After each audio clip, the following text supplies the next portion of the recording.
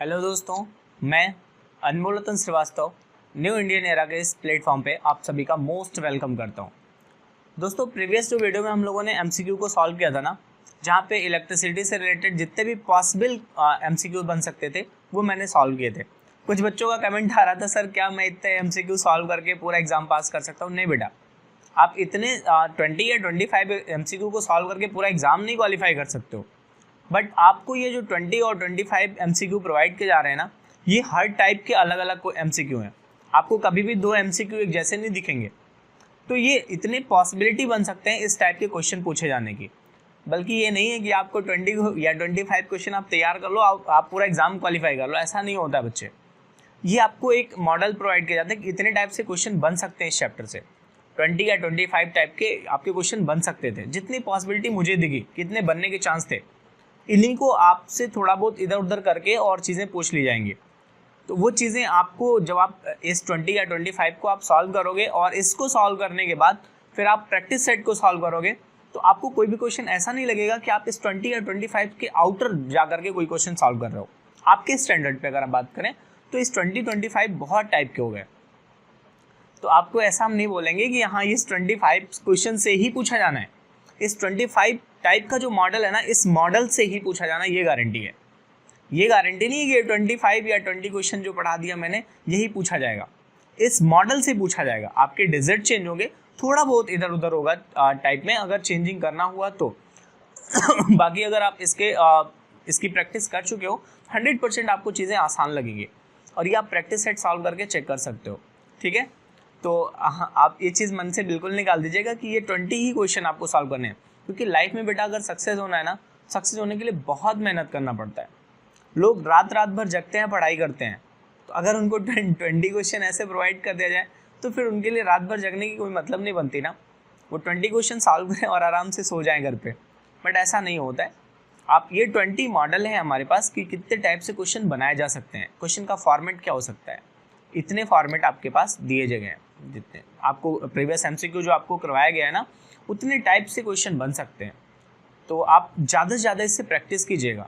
ठीक है, और प्रैक्टिस एक चैप्टर से कोशिश कीजिए कि एक चैप्टर से कम आप नहीं कुछ तो 200 क्वेश्चन तो सॉल्व ही कीजिए। अगर जैसे मैंने आपको वेव ऑप्टिक्स पढ़ा है ना, तो वेव ऑप्टिक्स से कम आप 200 क्वेश्चन सॉल्व कीजिए। अगर आप वेव ऑप्टिक्स से 200 क्वेश्चन सॉल्व कर रहे हैं ना, मतलब एक टाइप से कम 10 क्वेश्चन आप सॉल्व करेंगे। 100% श्योर होता है आपके सिलेक्शन को कोई नहीं रोक सकता है। और अगर आपके पास 200 क्वेश्चंस ना हो, कि एक टॉपिक से पर्टिकुलर 200 क्वेश्चन ना हो आपके पास, आप बिल्कुल मेरे को बताइए और मैं जल्द ही सारी व्यवस्था करने वाला हूँ। तो आपको सारा चीज़ें PDF में मिलेंगी। जो आप कंटेंट आप पढ़ रहे हो या फिर आप क्वेश्चंस पेपर को सॉल्व कर रहे हो, ये सारी चीज़ें आपको PDF में मिल जाएंगी। बट अभी थोड़ा 2-4 दिन का प्रोसेस है। वो प्रोसेस कंप्लीट होने के बाद आपको सारी चीज़ें PDF में मिल जाएंगी। तो उसके लिए आप निश्चिंत रहिए। कई बच्चे बोल रहे थे कि आप थोड़ा सा बोर्ड वगैरह की इलेक्ट्रिकल करिए, तो वो बेटा सारी चीज़ें हो जाएंगी, जल्दी हो जाएंगी। और रही बात PDF की, PDF भी कई सारे बच्चे बोल रहे थे, तो वो भी जल्दी होगा। क्योंकि जब सारी चीज़ें एडवांस आएंगी तो आपको PDF भी मिल जाएगा। बस अभी थोड़ा प्रॉब्लम था, इस वजह से आपको वाइट बोर्ड पे पढ़ना पड़ रहा है। बट खैर, आप समझ सकते हो। तो चीज़ें धीरे धीरे करके चेंज हो जाएंगी और सारी आपकी प्रॉब्लम दूर की जाएंगी। और आपको कम से कम ये ध्यान रखिएगा, जो भी टॉपिक आप पढ़ रहे हो, चाहे वो वेव ऑप्टिक्स हो या इलेक्ट्रिसिटी हो या आज जो हम लोग पढ़ने जा रहे हैं करंट इलेक्ट्रिसिटी, ये टॉपिक हो। ठीक है, आप जितने भी टॉपिक पढ़ोगे फिजिक्स में, हर एक टॉपिक से कम 200 क्वेश्चन आप सॉल्व करो। अब जितने भी टॉपिक पढ़ना है, अगर आपको क्वेश्चंस नहीं मिल पा रहे हैं तो आप मेरे को बोलना, मैं आपको क्वेश्चन प्रोवाइड करूंगा। बस 3 से 4 दिन और थोड़ा वेट कर लो, उसके बाद मैं आपको क्वेश्चन प्रोवाइड करना स्टार्ट कर दूंगा PDF। तो ये थोड़ा सा गैपिंग है जिसकी वजह से आपको थोड़ा वेट करना पड़ जाएगा। बाकी हम लोग प्रीवियस चैप्टर को थोड़ा सा रिकॉल करते हैं, उसके बाद हम लोग करंट के चैप्टर को स्टडी करते हैं। प्रीवियस जो हमारा चैप्टर था ना, उसमें इलेक्ट्रिसिटी को हम लोगों ने पढ़ रखा था। और इलेक्ट्रिसिटी में हमने बेसिकली आपको बताया था कि पोटेंशियल क्या होता है, पोटेंशियल डिफरेंस क्या होता है, और फिर कैपेसिटर क्या होता है, कैपेसिटेंस क्या होता है, और कैपेसिटर को हम कितनी तरीके से कनेक्ट कर सकते हैं। जिसमें हम लोगों ने देखा था सीरीज कम्बिनेशन, पैरेलल कम्बिनेशन। ये जस्ट अपोजिट होता था रेजिस्टेंस का। रेजिस्टेंस को जैसे हम सीरीज में लगाते थे, कैपेसिटर का जो बिहेवियर था वो पैरेलल वाला था। ठीक है, और रेजिस्टेंस को जैसे हम पैरेलल लगाते थे, कैपेसिटर का सेम बिहेवियर सीरीज के साथ होने लगा। मतलब जब हम रेजिस्टेंस को लिखते थे ना कि 1/R1 is equal to 1/R2 plus 1/R3 and so on, वैसे ही कैपेसिटर के साथ ये जब सीरीज में लग गया तब इसके साथ होने लगा 1/C is equal to 1/C1 plus 1/C2 plus 1/C3।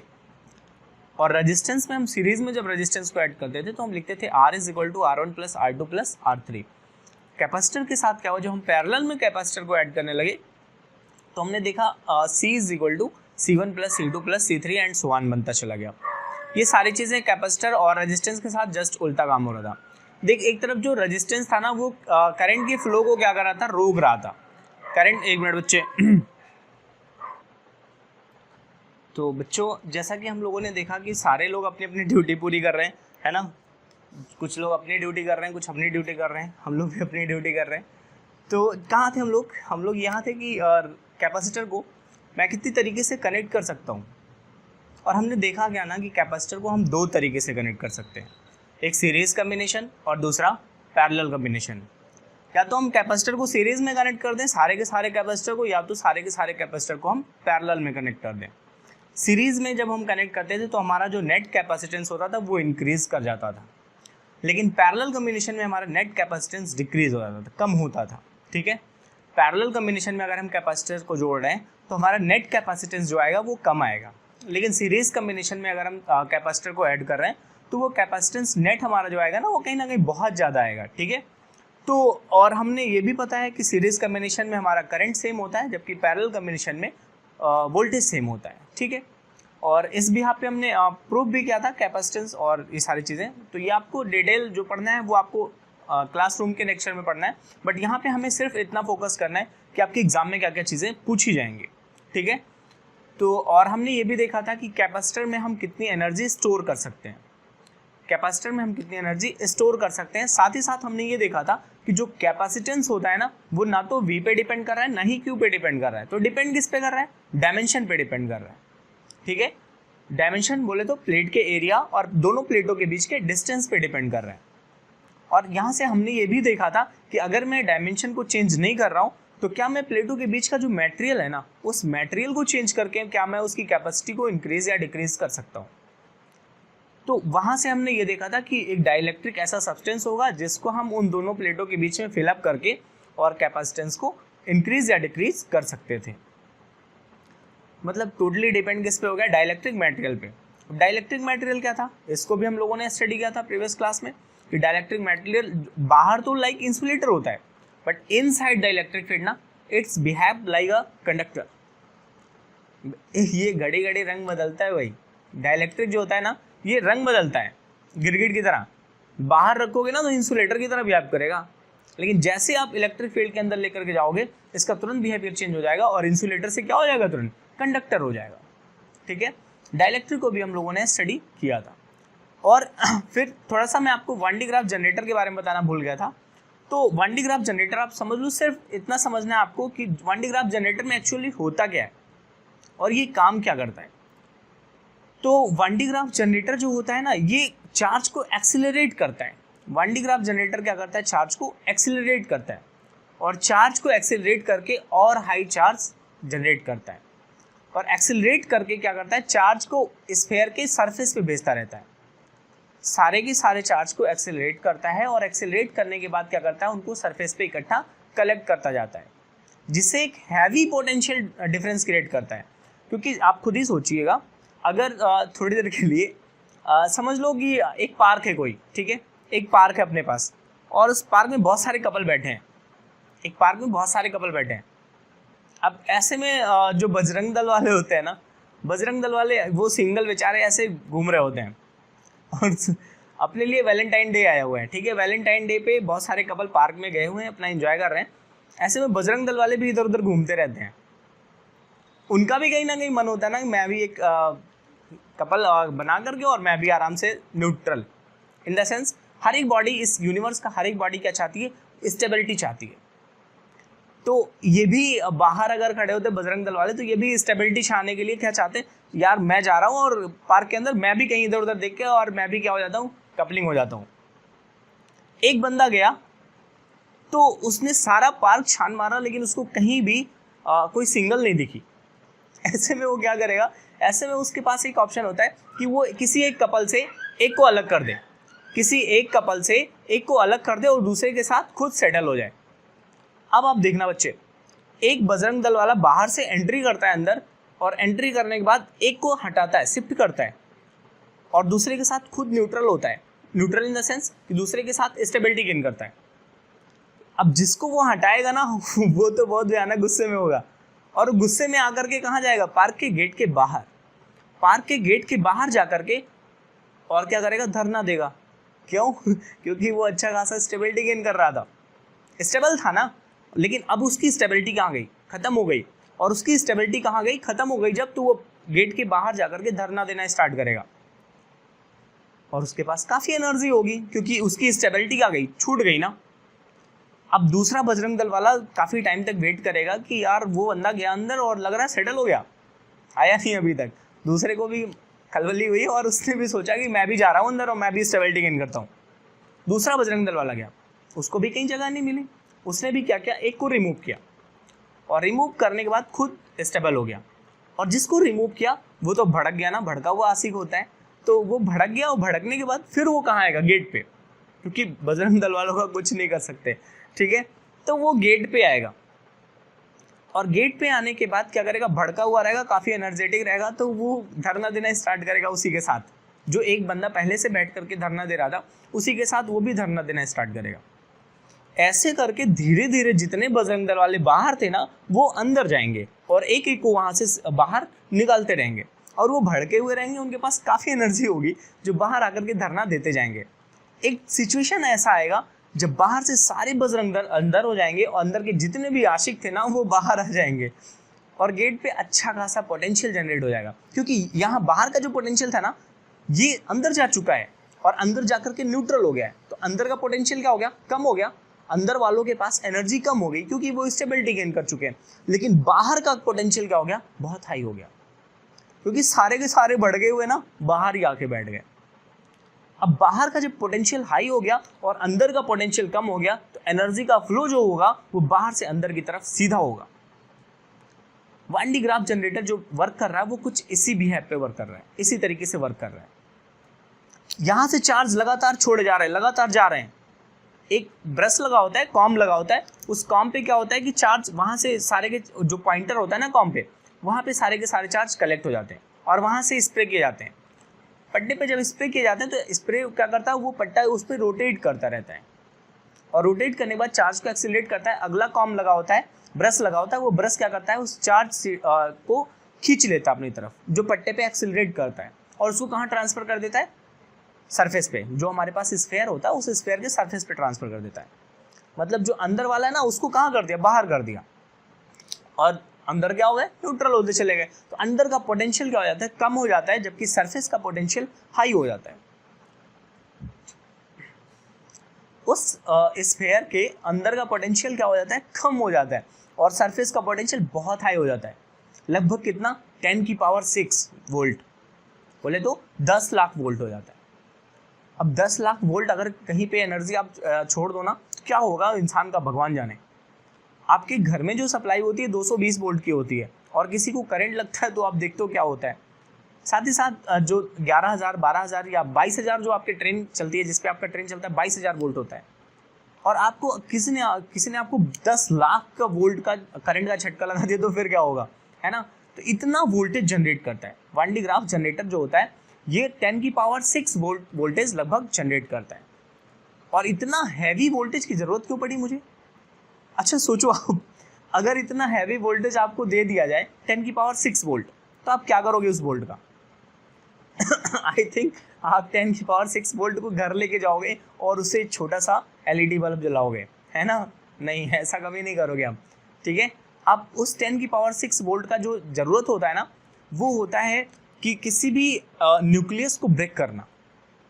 उस 10⁶ वोल्ट का जो जरूरत होता है ना, वो न्यूक्लियस को ब्रेक करने में आता है। अच्छा, अब न्यूक्लियस को ब्रेक करने की जरूरत क्यों पड़ी, क्योंकि अगर मैं न्यूक्लियस की स्टडी कर रहा हूँ तो 100% न्यूक्लियस को ब्रेक करना होगा, उसमें प्रोटॉन और न्यूट्रॉन दोनों होते हैं, और न्यूक्लियर फोर्स जो होता है वो बहुत ही स्ट्रांग फोर्स होता है। इस यूनिवर्स का सबसे strong force strong nuclear force होता है, ठीक है। इस यूनिवर्स का सबसे स्ट्रांग फोर्स जो है वो स्ट्रांग न्यूक्लियर फोर्स है, जो प्रोटॉन और न्यूट्रॉन इलेक्ट्रॉन के बीच प्रोटॉन और न्यूट्रॉन के बीच में लगता है। सबसे स्ट्रांग न्यूक्लियर फोर्स सबसे स्ट्रांग फोर्स जो है वो स्ट्रांग न्यूक्लियर फोर्स है। और स्ट्रांग न्यूक्लियर फोर्स किसके बीच लगता है? प्रोटॉन और न्यूट्रॉन के बीच में लगता है, जो टाइटली एक दूसरे से क्या होता है? बाउंडेड होते हैं। और इनको ऐसे नहीं कि उठाया और न्यूक्लियस उठाया पटक दिया न्यूक्लियस उठाया और पटक दिया और न्यूक्लियस टूट गया, ओहो मेरा न्यूक्लियस टूट गया ना, ऐसे नहीं होता है कि न्यूक्लियस उठा के पटक दिया और न्यूक्लियस को तोड़ दिया, प्रोटॉन ओहो प्रोटॉन बेटा और न्यूट्रॉन आओ खेलते हैं, ऐसे नहीं। न्यूक्लियस को ब्रेक करने के लिए आपको हाई एनर्जी की ज़रूरत है। और लगभग कितनी एनर्जी? 10⁶ वोल्ट, जो आपको कौन दे रहा है? वान डी ग्राफ जनरेटर दे रहा है। तो वान डी ग्राफ जनरेटर का जो बेसिकली यूज़ था वो हाई पोटेंशियल को जनरेट करना था, हाई एनर्जी को जनरेट करना था। लगभग 10⁶ वोल्ट एनर्जी को जनरेट करना, ध्यान रखिएगा। लगभग 10⁶ वोल्ट की एनर्जी को जनरेट करने के लिए वान डी ग्राफ जनरेटर यूज़ किया गया। इसका वर्किंग क्या था? चार्ज को एक्सेलरेट करवाना। चार्ज को जब ये एक्सेलरेट करवाएगा तो एक्सेलरेशन की वजह से चार्ज और हाई एनर्जेटिक हो जाएंगे, और जिसकी वजह से वो सरफेस पे जाके बैठते रहेंगे। और सरफेस की पोटेंशियल ज़्यादा, अंदर का पोटेंशियल कम, तो हम जिस न्यूक्लियस को ब्रेक करना होता है उसको ठीक सामने टारगेट पे न्यूक्लियस को रख देते हैं। और जैसे ही अंदर की तरफ रखते हैं, क्योंकि अंदर की तरफ ही एनर्जी आएगी ना, हाई पोटेंशियल से लो पोटेंशियल की तरफ एनर्जी का फ्लो होगा, तो अंदर की तरफ हम न्यूक्लियस को रखते हैं। और जैसे ही हाई पोटेंशियल से एक तेजी सी एनर्जी आती है ना, उस एटम से टकराती है, न्यूक्लियस से टकराती है, तुरंत न्यूक्लियस क्या हो जाता है? ब्रेक हो जाता है।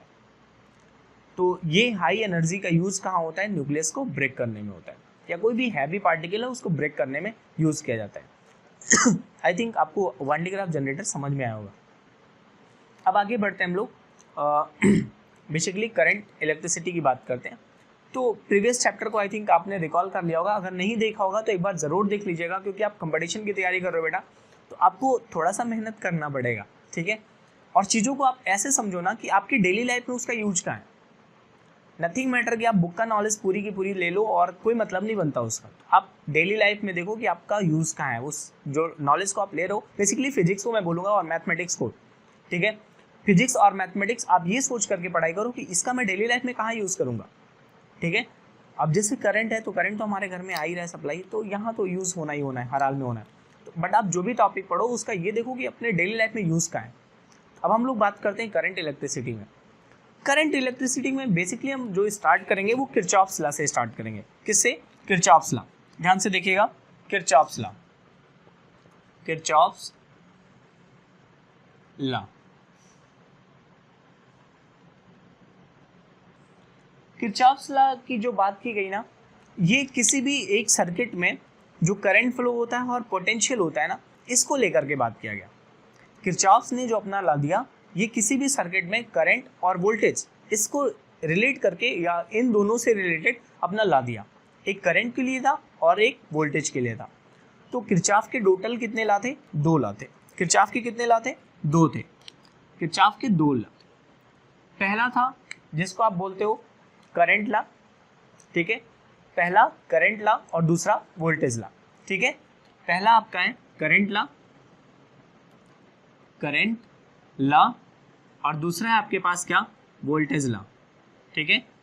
Voltage law, Kirchhoff current law और Kirchhoff voltage law.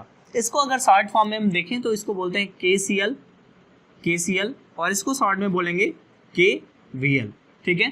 Kirchhoff current law और किरचॉफ वोल्टेज लॉ।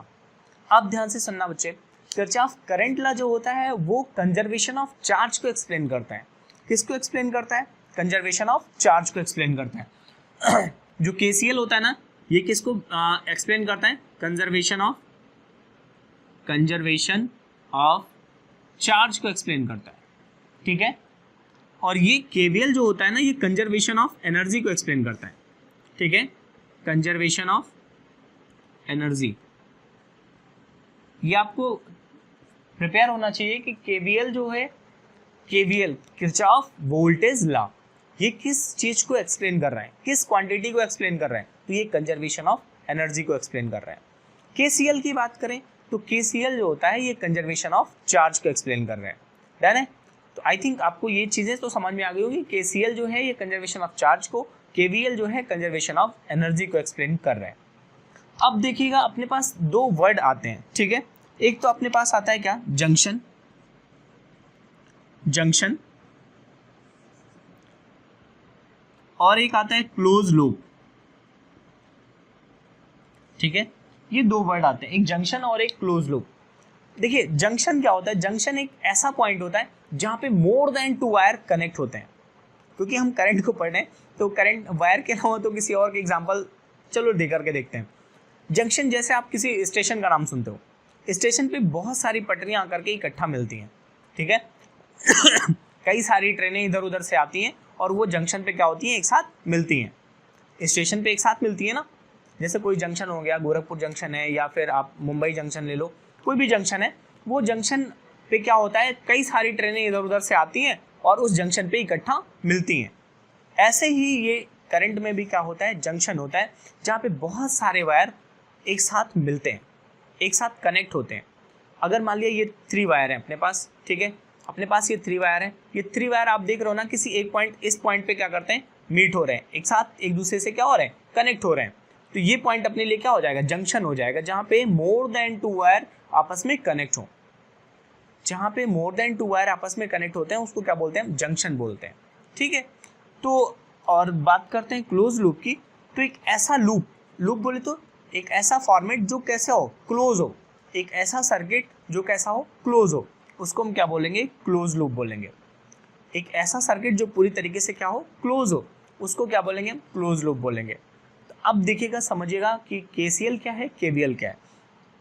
देखिए किरचॉफ ने जो कहा ना, वो इन्होंने कहा कि एट अ जंक्शन, किसी जंक्शन पे ना, the algebraic sum of all current, क्योंकि इन्होंने करंट को एक्सप्लेन किया ना, केसीएल की अगर हम बात करते हैं, ठीक है, पहले हम बात करते हैं केसीएल की। ठीक है, एट अ जंक्शन, केसीएल में किसको इन्होंने एक्सप्लेन किया, जंक्शन को। At a junction the algebraic sum of all current, at a junction the algebraic sum of all current is 0। किसी भी जंक्शन पर सारे के सारे करंट का अलजेब्रिक सम क्या हो जाएगा, 0। अभी अलजेब्रिक सम क्या होता है, नॉर्मल तो अपने सम पढ़ा है ना, 2 + 3 + 4 इज इक्वल टू 2 3 5 और 4 9, हाँ 2 3 + 2 + 3 + 4 इज इक्वल टू 9, नॉर्मली पढ़ा सम। बट अलजेब्रिक सम क्या है, अलजेब्रिक सम होता है अगर मैं किसी भी क्वांटिटी को डायरेक्शन के साथ लेकर के स्टडी करूं या डायरेक्शन के साथ उसको सम करूं तो उसको बोलेंगे अलजेब्रिक सम। जब मैं किसी भी फिजिकल क्वांटिटी को विद डायरेक्शन उसका एडिशन करूं तो उसको बोलेंगे अलजेब्रिक सम। ठीक है, तो किसी भी जंक्शन पर, एट अ जंक्शन, अच्छा वेक्टर सम क्यों नहीं बोलेंगे, आपके मन में ये भी आ जाना चाहिए कि सर तो वेक्टर सम बोल सकते थे जब डायरेक्शन के साथ।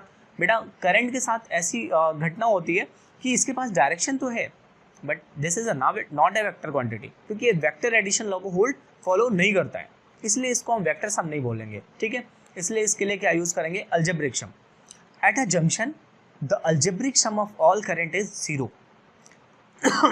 ये आप सपोज अपने पास जंक्शन है और हमने लेट किया ना, एक करंट इधर से आ रही है, ऐसे एक करंट इधर से आ रही है, I1 करंट आ रही है, इधर से I2 भी है, आ रही है, लेकिन यहां से हमने लेट किया ना, I3 करंट क्या हो रही है, निकल जा रही है, और यहां से हमने लेट किया I4 करंट एंटर कर रही है, फिर यहां से I5 करंट क्या हो रहा है, निकल जा रहा है। ठीक है, इस जंक्शन पे ये 5 करंट है, I1 I2 I3 और I4 I5। I1 तो जंक्शन की तरफ आ रहा है, I2 भी जंक्शन की तरफ जा रहा है, I3 आउट हो जा रहा है, जंक्शन से बाहर की तरफ चला जा रहा है, I4 भी एंटर कर रहा है और I5 एग्जिट कर रहा है। डन है, ये अपने पास कुछ करंट मैंने ले रखे हैं और ये सारे के सारे वायर कहाँ मिल रहे हैं, एक दूसरे से जंक्शन पे मिल रहे हैं। ठीक है, एक दूसरे से कहाँ मिल रहे हैं, जंक्शन पे तो मिल रहे हैं। जंक्शन एक पॉइंट है छोटा सा। अगर इसी वायर को मैं थोड़ा सा और अच्छे से बनाना चाहूँ तो मैं इस वायर को इस तरीके से बना सकता हूँ, ध्यान से समझना। एक मेरे पास ये पॉइंट है जहां पर सारे के सारे वायर एक दूसरे से कनेक्ट हो रहे हैं, जैसे ये समझिएगा। अपने पास एक ये पॉइंट मिला ना, जिस पर सारे के सारे वायर एक दूसरे से मिल रहे हैं। हमने लेट किया ना, ये अपना पास जो वायर है ना, इसमें करंट I1 फ्लो हो रहा है और इस बगल वाले में I2 करंट निकल जा रहा है। ठीक है, और इसके बगल वाले में I3 करंट निकल जा रहा है, इसमें I4 करंट एंटर कर रहा है, इसमें I5 भी एंटर कर रहा है और इसमें I6 बाहर हो जा रहा है, I7 इसमें भी बाहर हो जा रहा है। ठीक है, नथिंग मैटर, ये हम रैंडमली एक ले रहे हैं और इसमें I8 जो है वो भी बाहर निकल जा रहा है। इस तरीके से मैंने एक जंक्शन पे करंट को शो ऑफ किया, ठीक है। अगर इतना भयानक आप नहीं करना चाहते हो तो और छोटा भी कर सकते हो, 2-4 को लेकर के भी एग्जाम्पल समझ सकते हो, ठीक है। तो ये आपके ऊपर डिपेंड है, आप छोटा सा एग्जाम्पल समझना चाहो छोटा सा समझ सकते हो, बट आप कुछ ज़्यादा से ज़्यादा करंट दे दिया तो आप सॉल्व कर सकते हो उसको, ठीक है। सेम प्रोसेस होगा, देखिएगा ये अपने पास एक जंक्शन हो गया, ठीक है, ये जंक्शन हो गया और इस जंक्शन पे आपको 6 करंट दिख रही हैं, ठीक है। हमने लेट किया ना कि ये I1 करंट बाहर जा रहा है, I1 करंट बाहर जा रहा है और I2 करंट जो है ना वो एंटर कर रहा है और I3 करंट भी एंटर कर रहा है, I4 जो है वो एग्जिट कर रहा है और I5 भी एग्जिट कर रहा है, बट I6 क्या कर रहा है, एंटर कर रहा है, ठीक है। ये मैंने रैंडमली एक ले लिया है। तो according to Kirchhoff's current law, Kirchhoff की करंट लॉ के अकॉर्डिंग क्या होगा, इस जंक्शन पर सारे के सारे करंट का अलजेब्रिक सम क्या होगा, 0 होगा।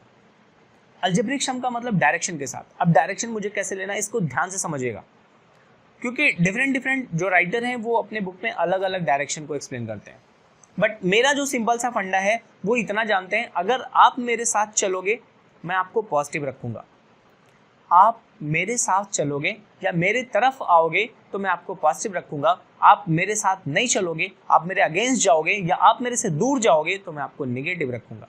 डन है। अगर वो मेरे पास आ रही है तो मैं उसको पॉजिटिव रखूँगा, वो मेरे से दूर जा रही है तो मैं उसको नेगेटिव रखूँगा। कौन, करंट, ठीक है। तो अगर करंट मेरी तरफ आ रही है तो मैं उसको पॉजिटिव रखूँगा, करंट मेरे से दूर जा रही है तो मैं उसको नेगेटिव रखूँगा। सेम कॉन्सेप्ट जंक्शन के साथ होता है।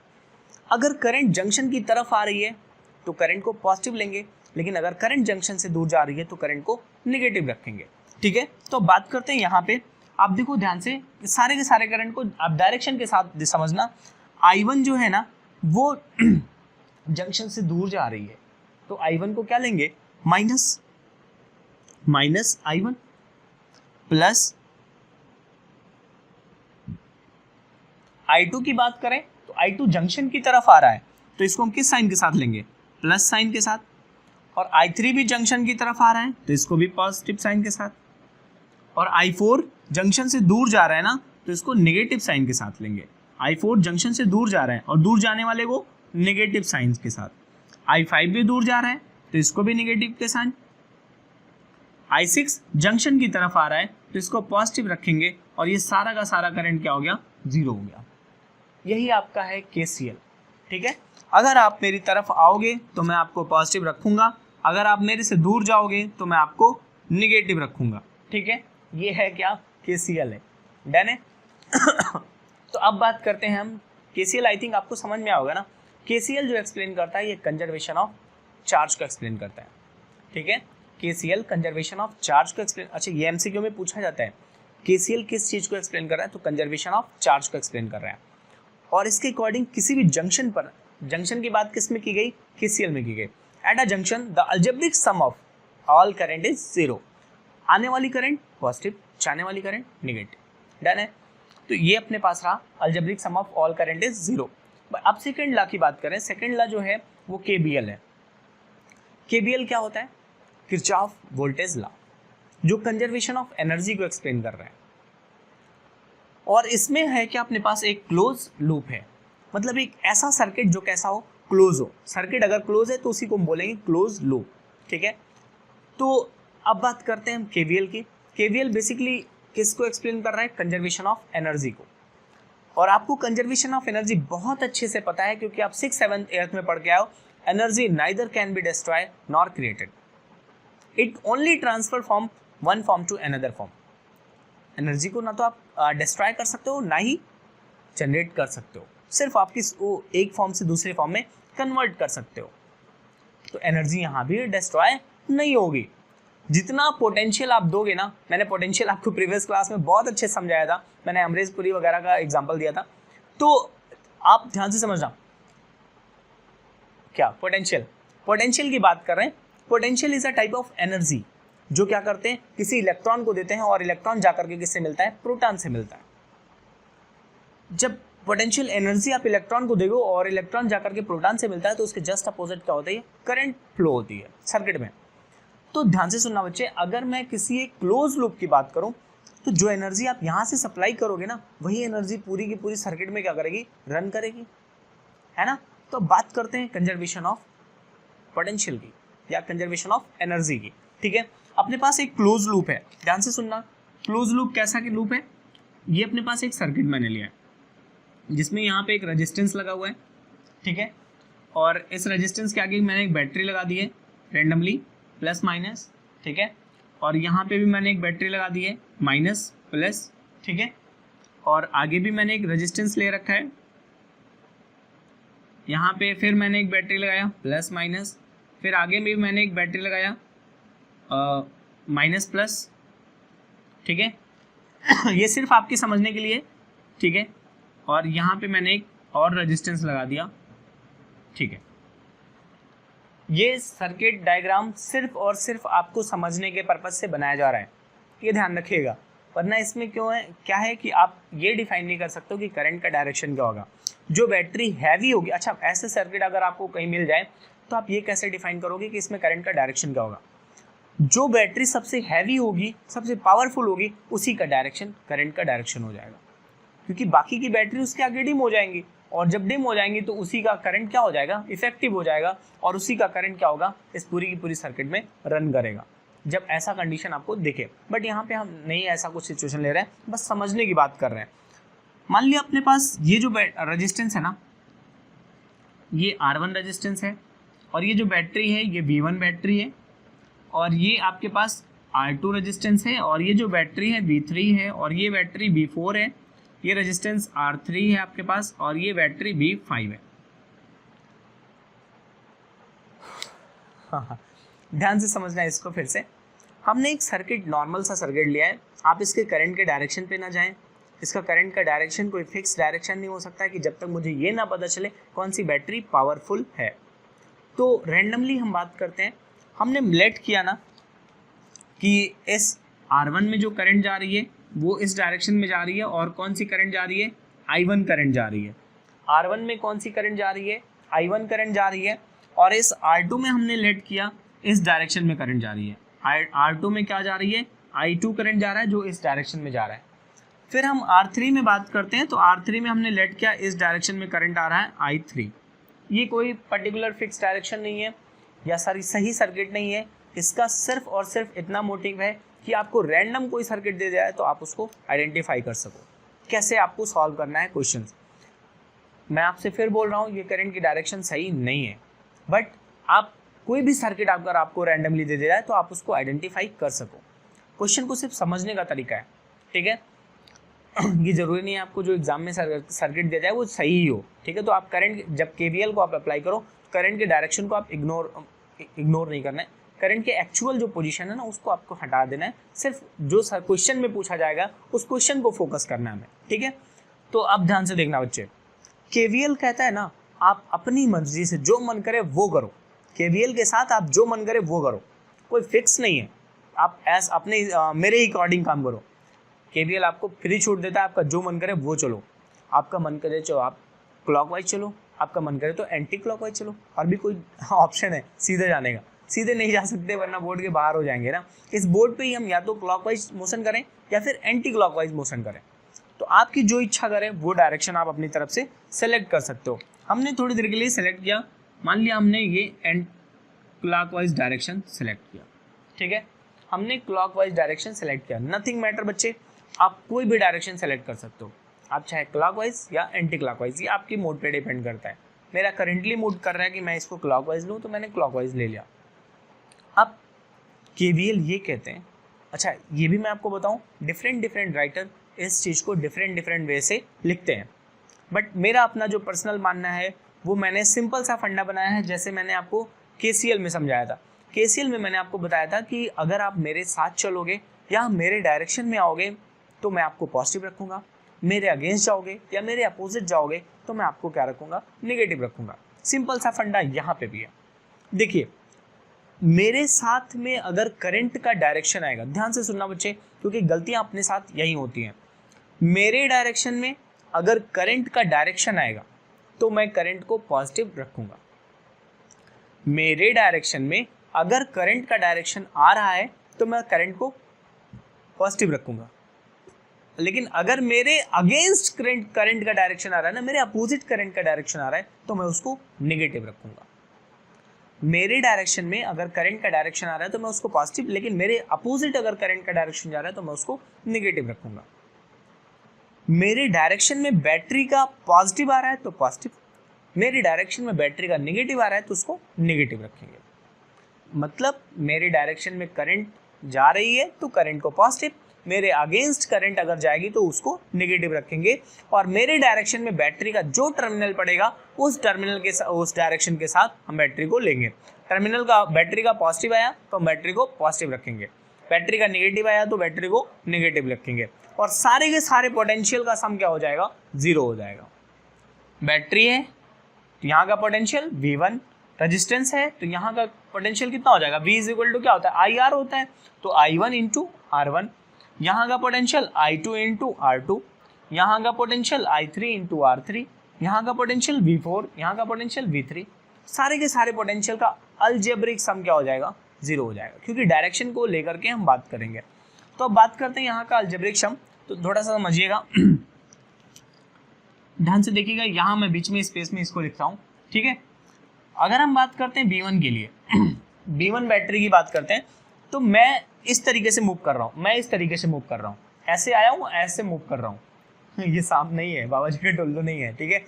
ये मैं इस डायरेक्शन में मूव कर रहा हूँ ऐसे। तो आप देखो बैटरी का कौन सा टर्मिनल मेरे डायरेक्शन में पड़ा है, बैटरी का कौन सा टर्मिनल पड़ा है, बैटरी का कौन सा टर्मिनल पड़ा है, बैटरी का कौन सा टर्मिनल आ रहा है, पॉजिटिव आ रहा है ना, पॉजिटिव। तो इस B1 को कैसे लेंगे हम, पॉजिटिव लेंगे। तो हमने B1 को क्या लिया, पॉजिटिव। ध्यान से सुनिए, इस V1 को मैंने क्या लिया, पॉजिटिव, तो मैंने V1 लिखा। अब B1 से थोड़ा आगे बढ़ते हैं, मैं R2 पे आता हूँ। B1 से मैं थोड़ा आगे बढ़ के R2 पे आता हूँ। R2 में जब मैं ऐसे पहुंचा तो मैंने देखा करंट मेरे डायरेक्शन के अपोजिट जा रहा है, करंट मेरे डायरेक्शन के क्या है, अपोजिट जा रहा है। करंट जब मेरे डायरेक्शन के अपोजिट जा रहा है तो मैं उसको क्या लूँगा, नेगेटिव साइन के साथ, क्योंकि मेरे साथ नहीं चल रहा है ना, मेरे अगेंस्ट जा रहा है करंट, तो मैं उसको नेगेटिव साइन के साथ लूँगा। और मैं I2 को क्या लूँगा, नेगेटिव साइन के साथ। तो मैं यहाँ लिख सकता हूँ क्या, माइनस I2 इंटू R2, क्योंकि यहाँ का पोटेंशियल क्या हो जाएगा, I2 इंटू R2। अब हम बैटरी 3 के पास आते हैं, और बैटरी 3 के पास जब आते हैं ऐसे घूमते हुए, तो बैटरी का 3 का कौन सा टर्मिनल मेरे रास्ते में पड़ रहा है, पॉजिटिव वाला, और बैटरी 3 को हम क्या लेंगे, पॉजिटिव लेंगे, तो लिखेंगे क्या, प्लस V3। अब B4 के पास है भैया, B4 के पास जब हम इस तरीके से मूव करते हुए आ रहे हैं, तो B4 का आप ध्यान से देखो, B4 का अपने डायरेक्शन में कौन सा पड़ रहा है, निगेटिव टर्मिनल ना, तो B4 का कौन सा टर्मिनल पड़ रहा है, निगेटिव। तो B4 को कैसे लेंगे हम, निगेटिव साइन के साथ, माइनस V4। डन है। अब थोड़ा सा और आगे मूव किए, तो आगे मूव करने के बाद अब ये हाथ तो मेरा नहीं मूव करेगा, फिर मैं इस तरीके से आपको दिखा रहा हूँ, ठीक है। जब मैं इससे आगे मूव करूँगा तो आगे मैं इस तरीके से जाऊँगा ऐसे, क्योंकि ऐसे ट्रेवल करके आया हूँ, अब ऐसे जाऊँगा। ऐसे जब मूव करूँगा तो मेरे पास I3 भी क्या है, I3 मेरे अगेंस्ट जा रहा है, I3 को भी हम निगेटिव साइन के साथ लेंगे, और फिर क्या लिखेंगे, माइनस I3 इंटू R3, ठीक है, I3 इंटू R3। और फिर बात करेंगे 5 की, B5 की, तो B5 जो है, B5 का कौन सा टर्मिनल मेरे रास्ते में पड़ा है, पॉजिटिव, तो B5 को हम क्या लेंगे, पॉजिटिव लेंगे, तो B5 को हम क्या लेंगे, प्लस V5। डन है। B5 को क्या लेंगे, पॉजिटिव। साथ ही साथ अब R1 की बात करेंगे, तो R1 में जो करंट जा रहा है वो अपने डायरेक्शन में जा रहा है ना, तो इसको पॉजिटिव साइन के साथ लेंगे। तो ये क्या हो गया अपने पास, I1 R1, और ये इज इक्वल टू क्या हो गया, 0। सारे के सारे पोटेंशियल का अलजेब्रिक सम क्या हो गया अपने पास, 0 हो गया। और ये सारे के सारे पोटेंशियल का अलजेब्रिक सम आपको यहाँ लिखा हुआ मिल जाएगा, ठीक है। V1 है ये, और ये आपका सारे के सारे पोटेंशियल का अलजेब्रिक सम 0 हो गया, ठीक है।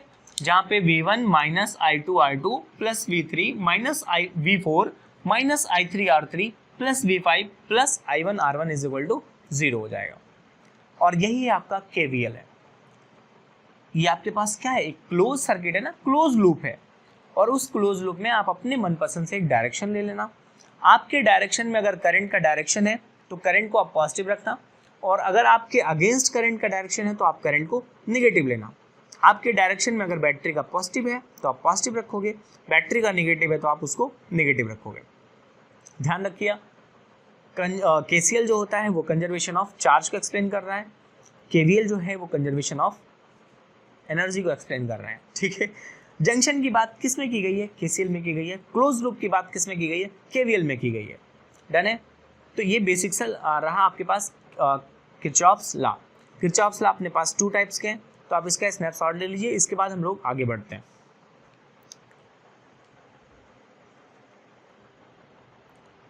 तो आइए बच्चों, हम लोग नेक्स्ट जो स्टडी करेंगे वो व्हीटस्टोन ब्रिज के बारे में स्टडी करेंगे। किसके बारे में, व्हीटस्टोन ब्रिज के बारे में, ठीक है। तो हम लोग व्हीटस्टोन ब्रिज को स्टडी स्टार्ट करते हैं। व्हीटस्टोन ब्रिज, ठीक है। व्हीटस्टोन ब्रिज है क्या चीज़, ठीक है। सबसे पहले थोड़ा सा ये समझ लेते हैं और इसका यूज़ कहाँ है ये जान लेते हैं। देखिए होता क्या है कि अगर अपने पास कोई एक अननोन रेजिस्टेंस है ना, एक अननोन रेजिस्टेंस है, उसकी वैल्यू मुझे फाइंड करनी है, तो उसकी वैल्यू फाइंड करने के लिए हम क्या करते हैं, व्हीटस्टोन ब्रिज का यूज़ करते हैं। बस इसके लिए थोड़ा सा कंडीशन है, और वो कंडीशन क्या है ये समझ लेते हैं। अगर मेरे पास 4 रेजिस्टेंस है, ठीक है, 4 रेजिस्टेंस हैं सपोज, और चारों को हम किसी पैरेललोग्राम के साइड के फॉर्म में रख दिए हैं। अपने पास अगर 4 रेजिस्टेंस हैं और चारों रेजिस्टेंस को मैंने पैरेललोग्राम के चारों साइड पे लगा रखा है। जैसे अपने पास ये एक पैरेललोग्राम है, पहले पैरेललोग्राम को समझ लेते हैं। अपने पास एक पैरेललोग्राम है, ठीक है, और इस पैरेललोग्राम के कितने साइड होते हैं, पैरेललोग्राम के 4 साइड होते हैं ना, ठीक है। तो इस पैरेललोग्राम के 4 साइड हो गए, और इस पैरेललोग्राम के चारों साइड पे मैंने एक एक रेजिस्टेंस लगा रखा है, ठीक है। सपोज इस साइड पे मैंने एक रेजिस्टेंस लगाया, यहाँ पे क्या लगाया, एक रेजिस्टेंस लगाया, ठीक है, और यहाँ पे भी एक रेजिस्टेंस लगा दिया।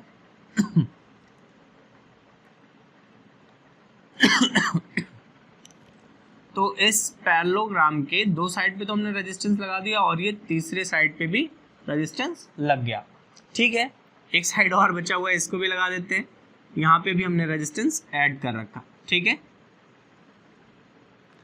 तो ये अपने पास क्या हो गया, एक पैरेललोग्राम है, उस पैरेललोग्राम के चारों की चारों साइड पे मैंने एक रेजिस्टेंस लगा दिया, और इसका जो एक डायगोनल है ना, उस डायगोनल पे मैंने एक गैल्वेनोमीटर लगाया।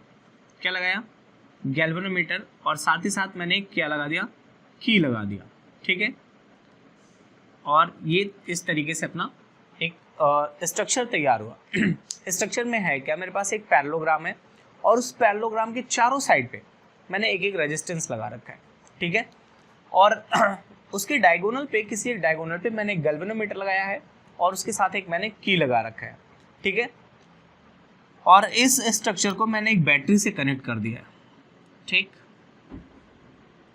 इस स्ट्रक्चर को क्या किया, मैंने एक बैटरी से कनेक्ट कर दिया, ठीक है। जब इसको मैंने बैटरी से कनेक्ट किया, ठीक है, ये पॉजिटिव और ये नेगेटिव टर्मिनल, यहाँ से करंट फ्लो होना स्टार्ट करेगा, आई करंट, और यहाँ पे आई करंट बैक हो जाएगा, ठीक है। अब ध्यान से सुनिएगा, मैंने इसका थोड़ा नॉमेनक्लेचर किया। ये हमने ले लिया पॉइंट, क्या है, ए है, और ये बी है आपका, ये सी है, और ये डी है। इसी तरीके से हम रेजिस्टेंस को भी ले सकते हैं, पी, क्यू, आर और एस। ये अपने पास 4 रेजिस्टेंस है, पी, क्यू, आर, एस, और ए, बी, सी, डी। ये क्या है, अपने पास कुछ पॉइंट्स हैं जिन पे हमें क्या करना है, अलग अलग पॉइंट पे इलेक्ट्रिक करंट वगैरह को फाइंड करनी है। तो ये बात की बात है। अभी हमें सिर्फ इतना समझना है कि अपने पास 4 रेजिस्टेंस हैं, और चारों रेजिस्टेंस को मैंने पैरेललोग्राम के चारों साइड में फिट कर रखा है। इन 4 रेजिस्टेंस में कोई एक रेजिस्टेंस अननोन है, बाकी 3 रेजिस्टेंस कैसे हैं, नोन है। तो इन तीनों जो नोन रेजिस्टेंस हैं उनकी हेल्प से मुझे क्या करना है, अननोन रेजिस्टेंस को डिफाइन करना है, ठीक है, with the help of Wheatstone bridge unknown resistance को फाइंड करना है। सपोज मैंने लेट किया कि ये जो आर है ना,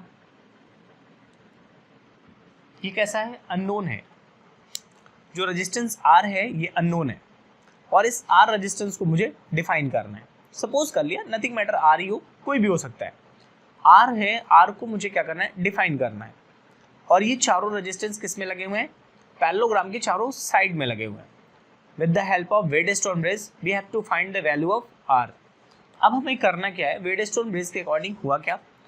अच्छा, अगर इसको आप प्रूफ करना चाहो तो आप प्रूफ भी कर सकते हो। देखो आपके पास 2 क्लोज लूप बन रहा है, एक क्लोज लूप ये बन रहा है, दूसरा क्लोज लूप ये बन रहा है, देखिए ध्यान से, ADBA, ADBA ये क्लोज लूप है।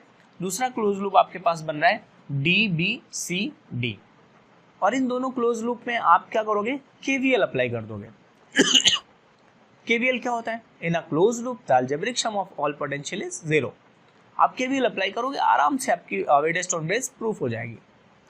तो वेडस्टोन ब्रिज प्रूफ होने के बाद अपने पास जो कंक्लूजन आया ना, वो ये आया कि आप रेजिस्टेंस का जो रेशियो निकाल रहे हो ना, P/Q is equal to R/S, ठीक है, डन है।